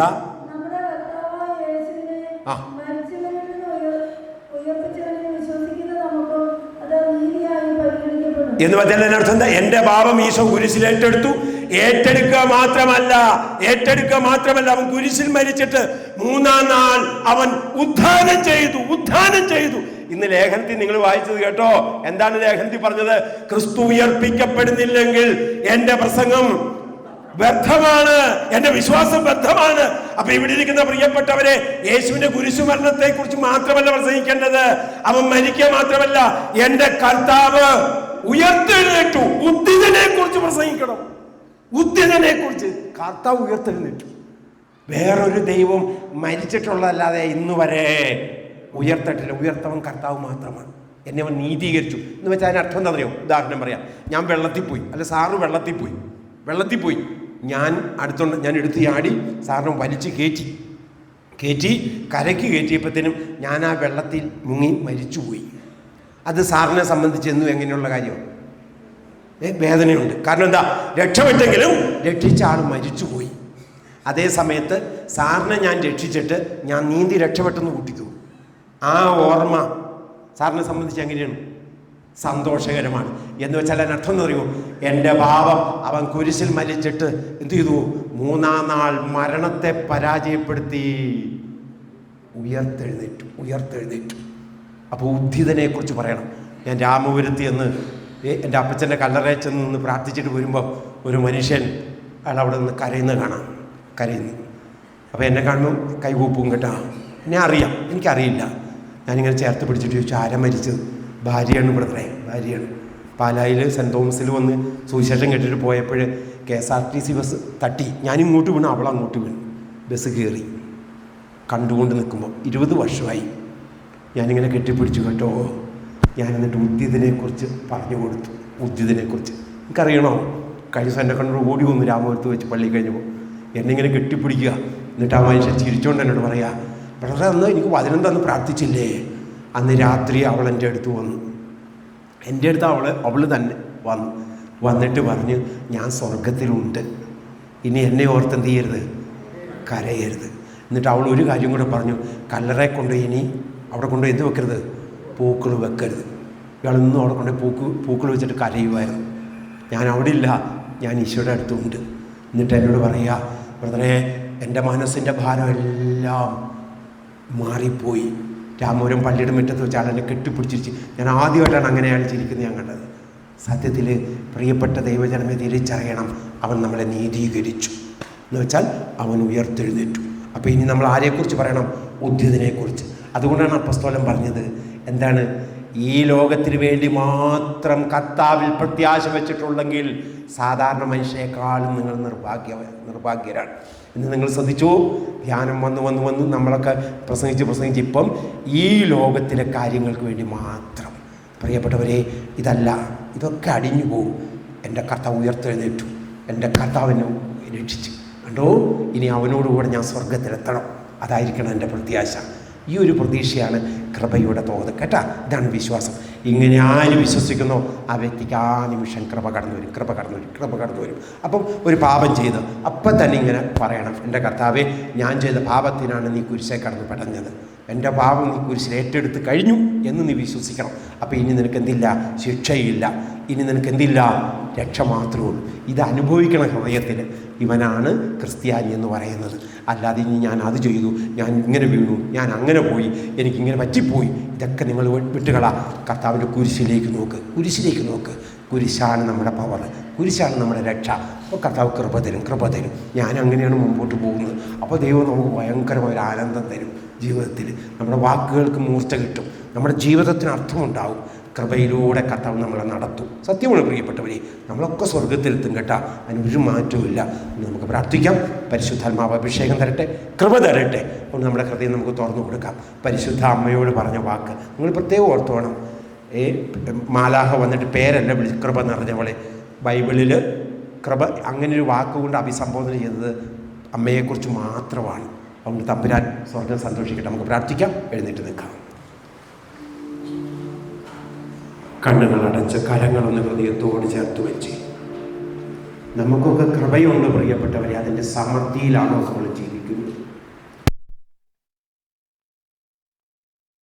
പരിശുദ്ധാത്മാവിൻ്റെ മുമ്പിൽ നിൽക്കുമ്പോൾ ഹൃദയമൊന്ന് തുറന്നു കൊടുത്തേ. ഒരു പക്ഷേങ്കിൽ എത്രയോ കാലങ്ങളായി നമ്മൾ നവീകരണത്തിൽ വന്നു, കൂട്ടായ്മയിൽ വരുന്നു, പ്രാർത്ഥിക്കുന്നു. എന്നിട്ടും നമ്മൾ ഈ കൃപയിൽ വളർന്നോ? നമ്മൾ കൃപയുടെ സമൃദ്ധിയിലാണോ നമ്മൾ ജീവിക്കുന്നത്? എന്താ കൃപ? യേശുവിൻ്റെ സ്വഭാവം പ്രകടിപ്പിക്കാൻ സ്വർഗത്തിലെ ദൈവം സൗജന്യമായി തരുന്ന ദാനമാണ് കൃപ. എനിക്ക് യേശുവിൻ്റെ സ്വഭാവം ഉണ്ടോ? യേശുവിലൂടെയാണ് നമുക്ക് കൃപ കിട്ടിയത്. കാരണം മോശ വഴി നൽകപ്പെട്ട നിയമമാണ്. ഒരുപക്ഷെ ഇന്ന് നമ്മൾ നിയമത്തിലാണ്. നിയമം പാലിക്കേണ്ടെന്നല്ല, ആ കാലഘട്ടം കഴിഞ്ഞു. കൃപയുടെ കാലഘട്ടമാണ്. തിരിച്ചറിയണം. അതുകൊണ്ട് പാപത്തെക്കുറിച്ചല്ല നീ പറയേണ്ടെന്നല്ല, നീ കൃപയെക്കുറിച്ച് പറ. നീ കൃപയിലേക്ക് കൊണ്ടുപോവാ. കൃപ. അതുകൊണ്ടല്ലേ അപ്പസ്തോലൻ എഴുതി വെച്ചത് റോമാക്കാർക്ക് എഴുതുന്ന ലേഖനത്തിന് 5:20, പാപം വർദ്ധിച്ചെടുത്ത കൃപ അതിലേറെ വർദ്ധിച്ചു. സത്യമാണ് പ്രിയപ്പെട്ടവരെ. ഇന്ന് അവിശ്വസ്തതയുടെ കാലഘട്ടമാണ് നമ്മൾ നോക്കുമ്പം. പക്ഷേ എത്രയോ വിശുദ്ധരായ വൈദികർ നമുക്കുണ്ട്, ബ്രഹ്മചര്യം പാലിക്കുന്നവർ. ദൈവം അങ്ങനെ ബാലൻസ് ചെയ്യുന്നത്. കുടുംബജീവിതത്തിൽ എത്രയോ വിശ്വസ്തയോടെ ജീവിക്കുന്നവരുണ്ട്. ആ വിശ്വസ്തത കാണിക്കുമ്പം എത്രയോ പേര് വിശ്വസ്തയോടെ ജീവിക്കുന്നു. അതുകൊണ്ട് ഓർക്കണം, കൃപ സമൃദ്ധമായിട്ട് ഇന്നും ഉണ്ട്. നമുക്ക് കൃപ ലഭിക്കാൻ വേണ്ടി പ്രാർത്ഥിക്കാം. മക്കൾക്ക് കിട്ടേണ്ടത് കൃപയാണ്, നമ്മുടെ കുടുംബത്തിന് കിട്ടേണ്ട കൃപയാണ്. കൃപ ലഭിച്ചു കഴിയുമ്പോഴോ കൃപ ലഭിച്ചവർക്ക് സമാധാനം. ഇന്ന് കുടുംബത്തിൽ സമാധാനമില്ലെന്ന് പറഞ്ഞാൽ കൃപ നഷ്ടപ്പെട്ടു പോയെന്നാണ്. അതുകൊണ്ട് നമുക്ക് നമ്മുടെ ഹൃദയം തുറന്നു കൊടുക്കാം. പരിശുദ്ധാത്മാവ് സ്വർഗത്തിൽ നിന്ന് കൃപ തരട്ടെ. സാധിക്കുമെങ്കിൽ കരങ്ങളൊന്ന് ഉയർത്തി വിളിച്ച് യേശുവെ എന്ന് വിളിച്ച് അവൻ്റെ നാമം വിളിച്ച്. യേശുവിലൂടെയാണ് രക്ഷ, യേശുവാണ് നമുക്ക് കൃപ തന്നത്. അവൻ്റെ കുരിശിലെ മരണമാണ് പ്രിയപ്പെട്ടവരെ, അവൻ നമ്മുടെ പാപങ്ങൾ ഏറ്റെടുത്തു. ഓർക്കണം, ഇനി നിനക്ക് ശിക്ഷയില്ല, ഇനി നിനക്ക് രക്ഷയാണ്, നീ രക്ഷയിലാണ്. യേശു ക്രിസ്തുവിനോട് ഐക്യപ്പെട്ടിരിക്കുന്നവർക്ക് ശിക്ഷാവിധിയില്ല. ഓർക്കണം, നീ സ്വർഗത്തിൻ്റെ അവകാശിയാണ്, ദൈവഭവനത്തിലെ അംഗങ്ങളാണ്, വിശുദ്ധരുടെ സഹപൗരരാണ്. എന്നിട്ട് കരങ്ങൾ ഉയർത്തിപ്പിടിച്ച് എന്നിട്ട് ആബാ ആബാ യേശുവേ യേശുവേ വിളിച്ച് വിളിച്ച് വിളിച്ച് വിളിച്ചുണരട്ടെ. ഈ ദേശം അനുഗ്രഹിക്കപ്പെടണം. അബ്രാഹത്തോട് പറഞ്ഞില്ലേ, 50 നീതിമാന്മാരുണ്ടെങ്കിൽ ഇവിടെ നശിക്കില്ല. അതേ പ്രിയപ്പെട്ടവരെ, ദേശത്ത് ദൈവം ഉയർത്തിയിരിക്കുന്ന അഭിഷിക്തരാണ് നിങ്ങൾ, കൃപ ലഭിച്ചവരാണ് നമ്മൾ. യേശുവേ യേശുവേ യേശുവേ യേശുവേ യേശുവേ യേശുവേ. ചുടുചോരത്തുള്ളിയായി വീഴുന്നു, കരങ്ങൾ ഹൃദയത്തോട് ചേർത്ത് വെക്കാം. നിൻ പാപം പോക്കുവാനല്ലയോ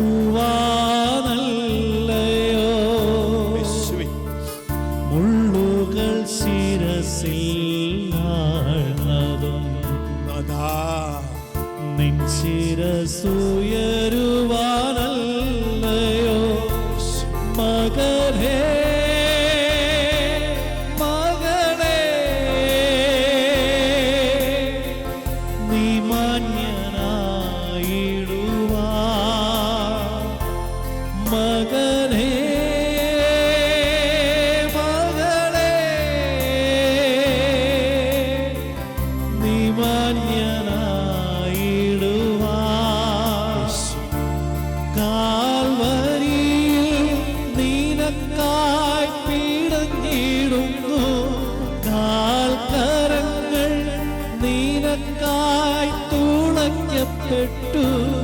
മകനേ നീ നോക്കുക, യേശുവിന്റെ രക്തത്താൽ നമ്മളെ കഴുകുന്നു, തകർന്നിടുന്നു. സ്വർഗം തുറക്കപ്പെടുന്ന സമയമാണിത്. മകളേ നീ നോക്കുക, എല്ലാ മക്കൾക്കും അഭിഷേകം കിട്ടട്ടെ, കൃപ ലഭിക്കട്ടെ, കെട്ടുകൾ അഴിയട്ടെ.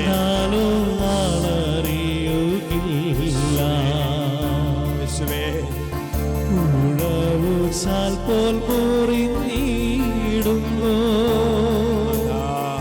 കണ്ടാലോ മുഖശോഭയില്ല. ചോരയാൽ നിറഞ്ഞൊഴുകിയിടുന്നു മകനേ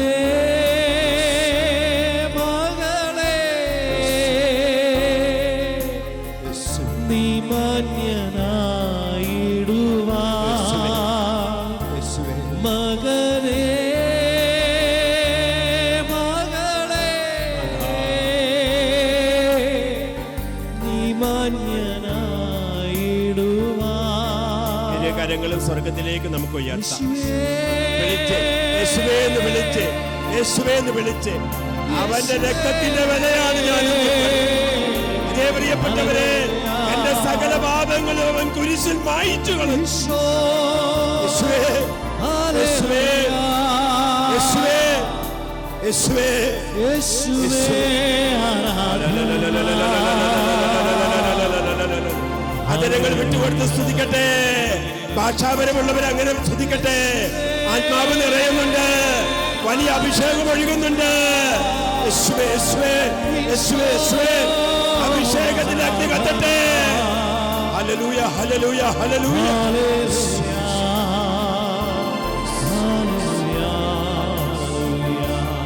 ഈശോയെ ഈശോയെ ഈശോയെ ഈശോയെ ഈശോയെ. ആമേൻ. നെറ്റിയിൽ കുരിശ് മുദ്രണം ചെയ്യാം. വിശുദ്ധ കുരിശിന്റെ അടയാളത്താലെ ഞങ്ങളുടെ ശത്രുക്കൾ ഞങ്ങളെ രക്ഷിക്കാൻ ഞങ്ങളുടെ തമ്പുരാനെ, പിതാവിന്റെ പുത്രന്റെ പരിശുദ്ധ റൂഹായുടെ നാമത്തിൽ ആമേൻ. വിശുദ്ധ മിഖായേലിനോടുള്ള സഹാപേക്ഷ, മുഖ്യദൂതനായ വിശുദ്ധ മിഖായേലെ, സ്വർഗീയ സൈന്യങ്ങളുടെ ഏറ്റവും മഹത്വപൂർണനായ സൈന്യാധിപനെ, പ്രഭുത്വങ്ങൾക്കും ആധിപത്യങ്ങൾക്കും ഈ അന്ധകാര ലോകത്തിന്റെ അധിപന്മാർക്കും സ്വർഗീയിടങ്ങളിൽ വർത്തിക്കുന്ന തിന്മയുടെ ദുരാത്മാക്കൾക്കുമെതിരെയുള്ള ഞങ്ങളുടെ പോരാട്ടത്തിൽ ഞങ്ങൾക്ക് തുണയായിരിക്കണമേ. ദൈവം തൻ്റെ സാദൃശ്യത്തിൽ സൃഷ്ടിച്ച് വലിയ വില കൊടുത്ത് പിശാചിന്റെ ആധിപത്യത്തിൽ നിന്ന് മോചിപ്പിച്ച മനുഷ്യവർഗത്തിന്റെ സഹായത്തിന് തേണമേ. തിരുസഭ അങ്ങേ അവളുടെ സംരക്ഷകനായി വണങ്ങുന്നു. രക്ഷിക്കപ്പെട്ട ആത്മാക്കളെ സ്വർഗത്തിലേക്ക് അനയിക്കുവാനുള്ള ഉത്തരവാദിത്വം നമ്മുടെ കർത്താവ് അങ്ങയാണല്ലോ ഭരമേൽപ്പിച്ചിരിക്കുന്നത്. അതിനാൽ വിശുദ്ധ മിഖായേലേ, സാത്താൻ ഇനി ഒരിക്കലും മനുഷ്യമക്കളെ ബന്ധനത്തിലാക്കി സഭയെ പീഡിപ്പിക്കാനിടയാകാതിരിക്കുന്നതിന് അവനെ അവിടുത്തെ തൃപ്പാദത്തിന് കീഴിൽ ഞെരുക്കുന്നതിനായി സമാധാനത്തിന്റെ ദൈവത്തോട് പ്രാർത്ഥിക്കണമേ. ഞങ്ങൾ ജപിക്കുന്ന ഈ പ്രാർത്ഥന അത്യുന്നത ദൈവസന്നിധിയിൽ അങ്ങ് തന്നെ സമർപ്പിക്കണമേ. അതുവഴി ദൈവത്തിന്റെ കാരുണ്യം എത്രയും വേഗം ഞങ്ങളുടെ മേൽ ചൊരിയുവാനിടയാകട്ടെ. സാധാരണ പിശാചുമായ ആ പുരാതന സർപ്പത്തെ പിടിച്ചടക്കി ബന്ധിച്ച് അവൻ ഇനിയും ജനതകളെ വഞ്ചിക്കാതിരിക്കുവാനായി പാതാളത്തിലേക്ക് എറിയണമേ. ആമേൻ. ബഹിഷ്കരണ പ്രാർത്ഥന. ഞങ്ങളുടെ കർത്താവും ദൈവവുമായ ഈശോ മിശിഹായുടെ പരിശുദ്ധ നാമത്തിൽ ദൈവമാതാവായ അമലോത്ഭവ കന്യകാമറിയത്തിന്റെയും മുഖ്യദൂതനായ വിശുദ്ധ മിഖായേലിന്റെയും സ്ലിഹന്മാരായ വിശുദ്ധ പത്രോസിന്റെയും വിശുദ്ധ പൗലോസിന്റെയും മധ്യസ്ഥതയിൽ അഭയംഗമിച്ച് ഞങ്ങളുടെ ശുശ്രൂഷ പൗരോഹിത്യത്തിന്റെ പരിശുദ്ധ ശക്തിയാലും ഈ മക്കളുടെ രാജകീയ പൗരോഹിത്യത്തിന്റെ അധികാരത്താലും പിശാചിന്റെ ആക്രമണങ്ങളെയും വഞ്ചനകളെയും പരാജയപ്പെടുത്തുവാൻ ഞങ്ങൾ പ്രത്യാശപൂർവ്വം ഒരുമ്പെടുന്നു. ദൈവം എഴുന്നള്ളുമ്പോൾ അവിടുത്തെ ശത്രുക്കൾ ചിതറിക്കപ്പെടുന്നു. അവിടുത്തെ ദ്വേഷിക്കുന്നവർ പലായനം ചെയ്യുന്നു. പുകമറിഞ്ഞു പോകുന്നത് പോലെ അവർ അപ്രത്യക്ഷരാകുന്നു. തീയിൽ മെഴുകുന്നത് പോലെ അവിടുത്തെ ശത്രുക്കൾ നശിക്കുന്നു. കർത്താവിന്റെ കുരിശ് കാണുമ്പോൾ ശത്രുക്കൾ ഭയപ്പെട്ടോടുന്നു. യൂദാവംശത്തിന്റെ സിംഹം, ദാവീദിന്റെ സന്തതി, അവിടുന്ന് ശത്രുക്കളെ എല്ലാം കീഴടക്കി. കർത്താവേ, അങ്ങയുടെ കാരുണ്യം ഞങ്ങളുടെ മേൽ വർഷിക്കണമേ. ഞങ്ങൾക്ക് അങ്ങയിലുള്ള വലുതായ പ്രത്യാശ പോലെ. നെറ്റിയിൽ കുരിശ് വരച്ച് തിന്മയുടെ ശക്തികളെ ബഹിഷ്കരിച്ച് പ്രാർത്ഥിച്ചുകൊള്ളുക.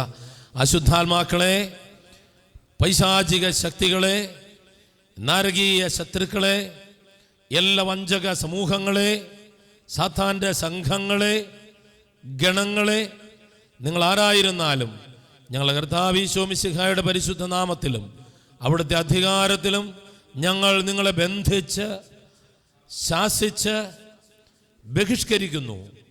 ദൈവത്തിൻ്റെ തിരുസഭയിൽ നിന്നും ദൈവ സാദൃശ്യത്തിലും ഛായയിലും സൃഷ്ടിക്കപ്പെട്ടതും ദൈവ ചെമ്മരിയാടിൻ്റെ അമൂല്യ രക്തത്താൽ പരിത്രാണം ചെയ്യപ്പെട്ടതുമായ മനുഷ്യാത്മാക്കളിൽ നിന്നും ബഹിഷ്കൃതനായി നീ പലായനം ചെയ്യുക. ഏറ്റവും സൂത്രശാലിയായ നാരകീയ സർപ്പമേ, ഇനി ഒരിക്കലും മാനവകുലത്തെ വഞ്ചിക്കുവാനും സഭയെ പീഡിപ്പിക്കുവാനും അവരെ ഗോതമ്പ് പോലെ കൊഴിക്കുവാനും നീ വ്യാമോഹിക്കേണ്ട. നിന്റെ അതിരറ്റ അഹന്തയിൽ ആരോട് തുല്യനാണെന്ന് നീ അവകാശപ്പെടുന്നുവോ ആ അത്യുന്നത ദൈവം നിന്നോട് കൽപ്പിക്കുന്നു. ആ ദൈവം എല്ലാ മനുഷ്യരും രക്ഷ പ്രാപിക്കണമെന്നും സത്യം ഗ്രഹിക്കണമെന്നും ആഗ്രഹിക്കുന്നു. പിതാവായ ദൈവം നിന്നോട് കൽപ്പിക്കുന്നു, പുത്രനായ ദൈവം നിന്നോട് കൽപ്പിക്കുന്നു, പരിശുദ്ധാത്മാവായ ദൈവം നിന്നോട് കൽപ്പിക്കുന്നു. നിന്റെ അസൂയ നിമിത്തം നീ മനുഷ്യവംശത്തിന് ചെയ്ത നാശത്തെ അതിലംഘിക്കുവാൻ ദൈവവചനമായ ക്രിസ്തു മനുഷ്യനായി അവതരിച്ച് മരണം വരെ അനുസരണമുള്ളവനായി ഞങ്ങളുടെ വംശത്തെ രക്ഷിച്ചു. തൻ്റെ സഭയെ ഉറപ്പുള്ള പാറമേൽ സ്ഥാപിക്കുകയും ലോകാവസാനം വരെ എല്ലാ നാളുകളിലും അവളോടുകൂടെ വസിക്കുന്നതിനാൽ നരകവാതിലുകൾ അവൾക്കെതിരായി പ്രബലപ്പെടുകയിൽ നിന്ന് പ്രഖ്യാപിക്കുകയും ചെയ്ത മിശിഹ നിന്നോട് കൽപ്പിക്കുന്നു. പരിശുദ്ധ കുരിശിന്റെ അടയാളം നിന്നോട് കൽപ്പിക്കുന്നു. അപ്രകാരം തന്നെ ക്രിസ്തീയ വിശ്വാസ സത്യങ്ങളുടെ ശക്തിയും നിന്നോട് കൽപ്പിക്കുന്നു. മഹത്വപൂർണ്ണയും ദൈവമാതാവും തൻ്റെ എളിമയിൽ ഉത്ഭവത്തിൻ്റെ പ്രഥമക്ഷണത്തിൽ തന്നെ അമലോത്ഭവയും നിന്റെ ഗർഭിഷ്ഠമായ തലയെ തകർത്ത സ്വർഗരാജ്ഞിയുമായ പരിശുദ്ധ കന്യകാമറിയവും നിന്നോട് കൽപ്പിക്കുന്നു. വിശുദ്ധ പത്രോസ് പൗലോസ് സ്ലീഹന്മാരുടെയും മറ്റപ്പസ്തോലന്മാരുടെയും ഭക്തിപൂർവകമായ മധ്യസ്ഥതയും നിന്നോട് കൽപ്പിക്കുന്നു. വേദസാക്ഷികളുടെയും സകല വിശുദ്ധരുടെയും, പ്രത്യേകിച്ച് വിശുദ്ധ ബെനഡിക്റ്റിൻ്റെയും വിശുദ്ധ ഗീവർഗീസിൻ്റെയും വിശുദ്ധ സെബസ്ത്യാനോസിൻ്റെയും വിശുദ്ധ അൽഫോൻസാമയുടെയും വിശുദ്ധ ദൈവസഹായത്തിൻ്റെയും വിശുദ്ധ ചാവറപിതാവിൻ്റെയും വിശുദ്ധ മറിയം ത്രേസ്യയുടെയും വിശുദ്ധ എപ്രോസ്യാമയുടെയും ഭക്തിപൂർവകമായ മധ്യസ്ഥതയും നിന്നോട് കൽപ്പിക്കുന്നു. ഇപ്രകാരം ശപിക്കപ്പെട്ട ഭീകര സർപ്പമേ, പൈശാചിക സമൂഹങ്ങളെ, സജീവ ദൈവനാമത്തിൽ സത്യദൈവനാമത്തിൽ, പരിശുദ്ധമായ ദൈവനാമത്തിൽ തൻ്റെ ഏകപുത്രനിൽ വിശ്വസിക്കുന്ന ഒരുവനും നശിച്ചു പോകാതെ അവന് നിത്യജീവൻ ഉണ്ടാകേണ്ടതിന് അവിടുത്തെ ഏകജാതനെ നൽകുവാൻ തക്കവണ്ണം ലോകത്തെ അത്രമാത്രം സ്നേഹിച്ച ദൈവനാമത്തിൽ ഞങ്ങൾ നിങ്ങളെ ശപിക്കുന്നു. മനുഷ്യരെ വഞ്ചിക്കുകയും സഭയെ ഉപദ്രവിക്കുകയും അവരുടെ സ്വാതന്ത്ര്യത്തെ ദഹനിക്കുകയും ചെയ്യുന്ന അവസാനിപ്പിക്കുവാൻ നിങ്ങളോട് ഞങ്ങൾ കൽപ്പിക്കുന്നു. സകല വഞ്ചനയുടെയും ഉപജ്ഞാതാവും ഉടമയും മനുഷ്യരക്ഷയുടെ ശത്രുവുമായ സാത്താനെ നീ പോവുക. നിന്റെ പ്രവർത്തനങ്ങൾ യാതൊന്നും മിശിഹായിലില്ല. അവിടുത്തേക്ക് നീ ആധിപത്യം നൽകുക. അവിടുത്തെ തിരുരക്തത്തിൻ്റെ വിലയാൽ വീണ്ടെടുത്ത ഏകവും പരിശുദ്ധവും കാതോലികവും അപ്പസ്തോലികവുമായ തിരുസഭയുടെ മുമ്പാകെ നീ മാറിക്കൊടുക്കുക. ദൈവത്തിൻ്റെ സർവശക്തമായ കരങ്ങളിൽ നീ അമരുക. ഞങ്ങൾ ഈശോ മിശിഹായുടെ പരിപാവനവും ഭയജനകവുമായ തിരുനാമം വിളിച്ചപേക്ഷിക്കുന്നത് കേട്ട് ഭയന്ന് വിറച്ച് നീ പലായനം ചെയ്യുക. സ്വർഗദൂതഗണങ്ങളായ ബലവത്തുക്കളും നാദകൃത്യന്മാരും ഭദ്രാസനന്മാരും സമനയും ഈ തിരുനാമത്തോട് വിധേയത്വമുള്ളവരാണ്. ക്രൊവന്മാരും ശ്രഭന്മാരും നിരന്തരം ഈ തിരുനാമത്തെ പരിശുദ്ധൻ പരിശുദ്ധൻ സൈന്യങ്ങളുടെ ദൈവമായ കർത്താവ് പരിശുദ്ധൻ എന്ന് പാടി സ്തുതിക്കുന്നു. കർത്താവേ, എൻ്റെ പ്രാർത്ഥന കേൾക്കണമേ. എൻ്റെ നിലവിളി അങ്ങേ പക്കലെത്തട്ടെ. കർത്താവ് നിങ്ങളോട് കൂടെ ഉണ്ടായിരിക്കട്ടെ. അങ്ങയുടെ ആത്മാവോട് കൂടെ ഉണ്ടായിരിക്കട്ടെ. നമുക്ക് ചേർന്ന് പ്രാർത്ഥിക്കാം. സ്വർഗസ്ഥനായ ദൈവമേ, ഭൂമിയെ പരിപാലിക്കുന്ന കർത്താവേ, മലാഖമാരുടെയും മുഖ്യദൂതന്മാരുടെയും പൂർവ്വപിതാക്കന്മാരുടെയും പ്രവാചകന്മാരുടെയും അപ്പസ്തോലന്മാരുടെയും വേദസാക്ഷികളുടെയും ദൈവമേ, മരണാനന്തര ജീവനും ജോലിക്ക് ശേഷം വിശ്രമവും നൽകുവാൻ ശക്തനുമായ ദൈവമേ, അങ്ങല്ലാതെ വേറെ ദൈവമില്ല, ഉണ്ടാകുവാനും സാധ്യമല്ല. എന്തെന്നാൽ അങ്ങ് ദൃശ്യവും അദൃശ്യവുമായ സകലത്തിന്റെയും സൃഷ്ടാവാണ്. അങ്ങയുടെ ഭരണത്തിന് അവസാനമില്ല. ഞങ്ങൾ അങ്ങയുടെ മഹത്വപൂർണമായ തിരുസന്നിധിയിൽ വിനയപൂർവ്വം സാഷ്ടാംഗ പ്രണാമം ചെയ്യുന്നു. അങ്ങയുടെ ശക്തിയാൽ നാരകീയ രൂപികളുടെ ആധിപത്യത്തിൽ നിന്നും തന്ത്രങ്ങളിലും വ്യാജങ്ങളിലും ക്രൂരമായ വഞ്ചനകളിൽ നിന്നും ഞങ്ങളെ രക്ഷിക്കണമേ. ആമീൻ. കർത്താവേ, പിശാചന തന്ത്രങ്ങളിൽ ഞങ്ങളെ രക്ഷിക്കണമേ. അങ്ങയുടെ സമാധാനത്തിലും സ്വാതന്ത്ര്യത്തിലും അങ്ങേക്ക് സേവനമനുഷ്ഠിക്കുവാൻ തിരുസഭയെ അനുഗ്രഹിക്കണമെന്ന് ഞങ്ങൾ പ്രാർത്ഥിക്കുന്നു. അങ്ങയുടെ സഭയുടെ എല്ലാ ശത്രുക്കളെയും തകർക്കണമെന്ന് അങ്ങയോട് ഞങ്ങൾ പ്രാർത്ഥിക്കുന്നു. ആമീൻ. ഇവിടെ എല്ലാ നിയോഗങ്ങളുടെ മേലും കർത്താവിൻ്റെ കൃപ ഒഴുകി വരട്ടെ. അവിടുത്തെ പരിശുദ്ധ രക്തത്തിൻ്റെ സംരക്ഷണം ഓരോ മേഖലകളിലേക്കും കർത്താവ് വിന്യസിക്കട്ടെ. ഒരിക്കൽ കൂടി കർത്താവിനെ സ്തുതിക്കുക. Hallelujah, hallelujah, hallelujah, hallelujah. ശക്തിയോടെ പ്രാർത്ഥിക്കാം. Hallelujah, hallelujah, hallelujah, hallelujah. Hallelujah, hallelujah. പാപത്തിന്റെ രോഗത്തിന്റെ ഭയത്തിന്റെ ശക്തികളെ, പാപത്തിന്റെ രോഗത്തിന്റെ ഭയത്തിന്റെ ശക്തികളെ യേശുവിൻ നാമത്തിൽ കൽപ്പിക്കുന്നു, വിട്ടുപോകാ. യേശുവിൻ നാമത്തിൽ കൽപ്പിക്കുന്നു, വിട്ടുപോകാ.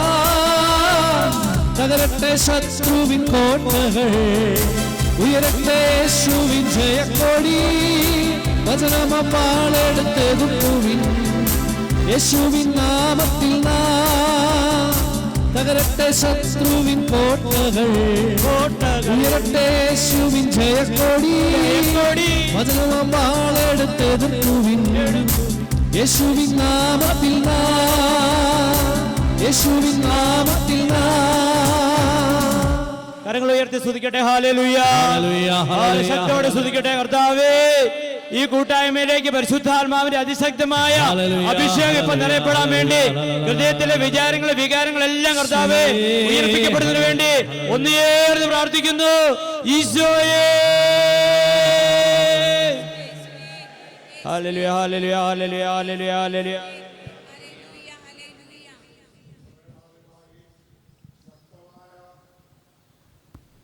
തലവേദന ഉണ്ടായിരുന്നു. ഇപ്പോൾ ഈ ആരാധനാ സമയത്ത് തലവേദന എടുത്തു മാറ്റി. അത് ശിരസിൽ തലച്ചോറിൽ വളർന്ന ചെറിയ ഒരു ട്യൂമറായിരുന്നു. പരിപൂർണമാണ് എടുത്തു മാറ്റിയ കർത്താവ് ഇപ്പോൾ ആ വ്യക്തിക്ക് സൗഖ്യം കൊടുത്തിരിക്കുന്നു. 32, 38 വയസ്സുള്ള 2 പെൺകുട്ടികളുടെ വിവാഹം കർത്താവ് തടസ്സം മാറ്റി നടത്തുന്നതായിട്ട് കാണിക്കുന്നു. ഈശോയെ നന്ദി, ഈശോയെ ആരാധന.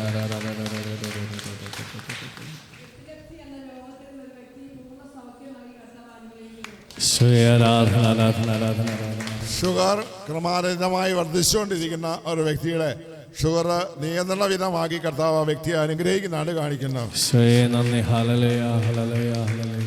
പൈശാചിക അസ്വസ്ഥത മൂലം രോഗബാധിതരായ 7 കുടുംബങ്ങൾക്ക് കർത്താവ് വിടുതൽ നൽകി അനുഗ്രഹിക്കുന്നതായിട്ട് കാണിക്കുന്നു. Hallelujah, hallelujah, hallelujah, hallelujah.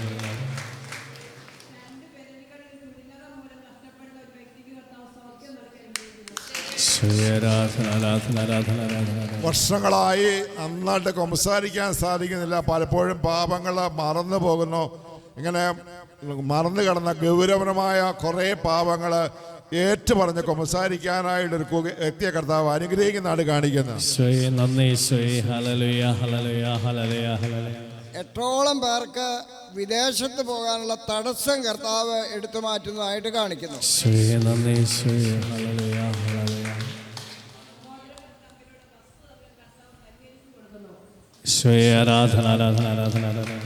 പഠന കാര്യങ്ങളിൽ പിന്നോട്ട് നിൽക്കുന്ന 2 കുഞ്ഞുങ്ങൾക്ക് കർത്താവ് നന്നായിട്ട് പഠിച്ചു വരാനുള്ള കൃപ നൽകി അനുഗ്രഹിക്കുന്നതാണ് കാണിക്കുന്നത്. വർഷങ്ങളായി കുമ്പസാരിക്കാൻ മടിയുള്ള ഒരു മകനെ കർത്താവ് തൊട്ട് ആഴമായ അനുതാപത്തിലേക്ക് കൊണ്ടുവരുന്നതായിട്ട് കർത്താവ് കാണിക്കുന്നു. ഇതാണ് ഇവിടെ ഒഴുകിയെത്താൻ പോകുന്നത്. നമുക്ക് ഇരു കാര്യങ്ങളൊന്നും ഉയരട്ടെ. ശക്തമായ രീതിയിൽ കർത്താവിനെ വിളിച്ചപേക്ഷിച്ച് hallelujah, hallelujah, hallelujah, hallelujah, hallelujah, hallelujah, hallelujah, hallelujah, hallelujah, hallelujah, hallelujah, hallelujah, hallelujah, hallelujah, hallelujah. യേശുവേ, യേശുവേ, യേശുവേ, യേശുവേ, യേശുവേ, യേശുവേ, യേശുവേ, യേശുവേ, യേശുവേ, യേശുവേ, യേശുവേ, യേശുവേ, യേശുവേ, യേശുവേ, യേശുവേ, യേശുവേ, യേശുവേ, യേശുവേ, യേശുവേ,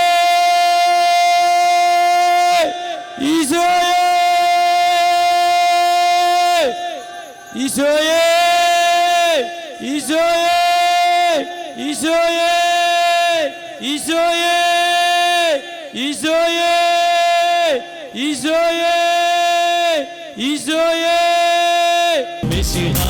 രാജനാമത്താൽ ഭയമെല്ലാം മാറും,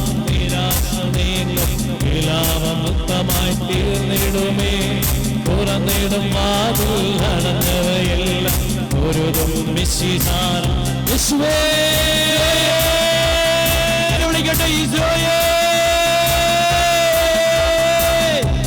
ഈശോയേ, ഈശോയേ, ഈശോയേ, ഈശോയേ, ഈശോയേ.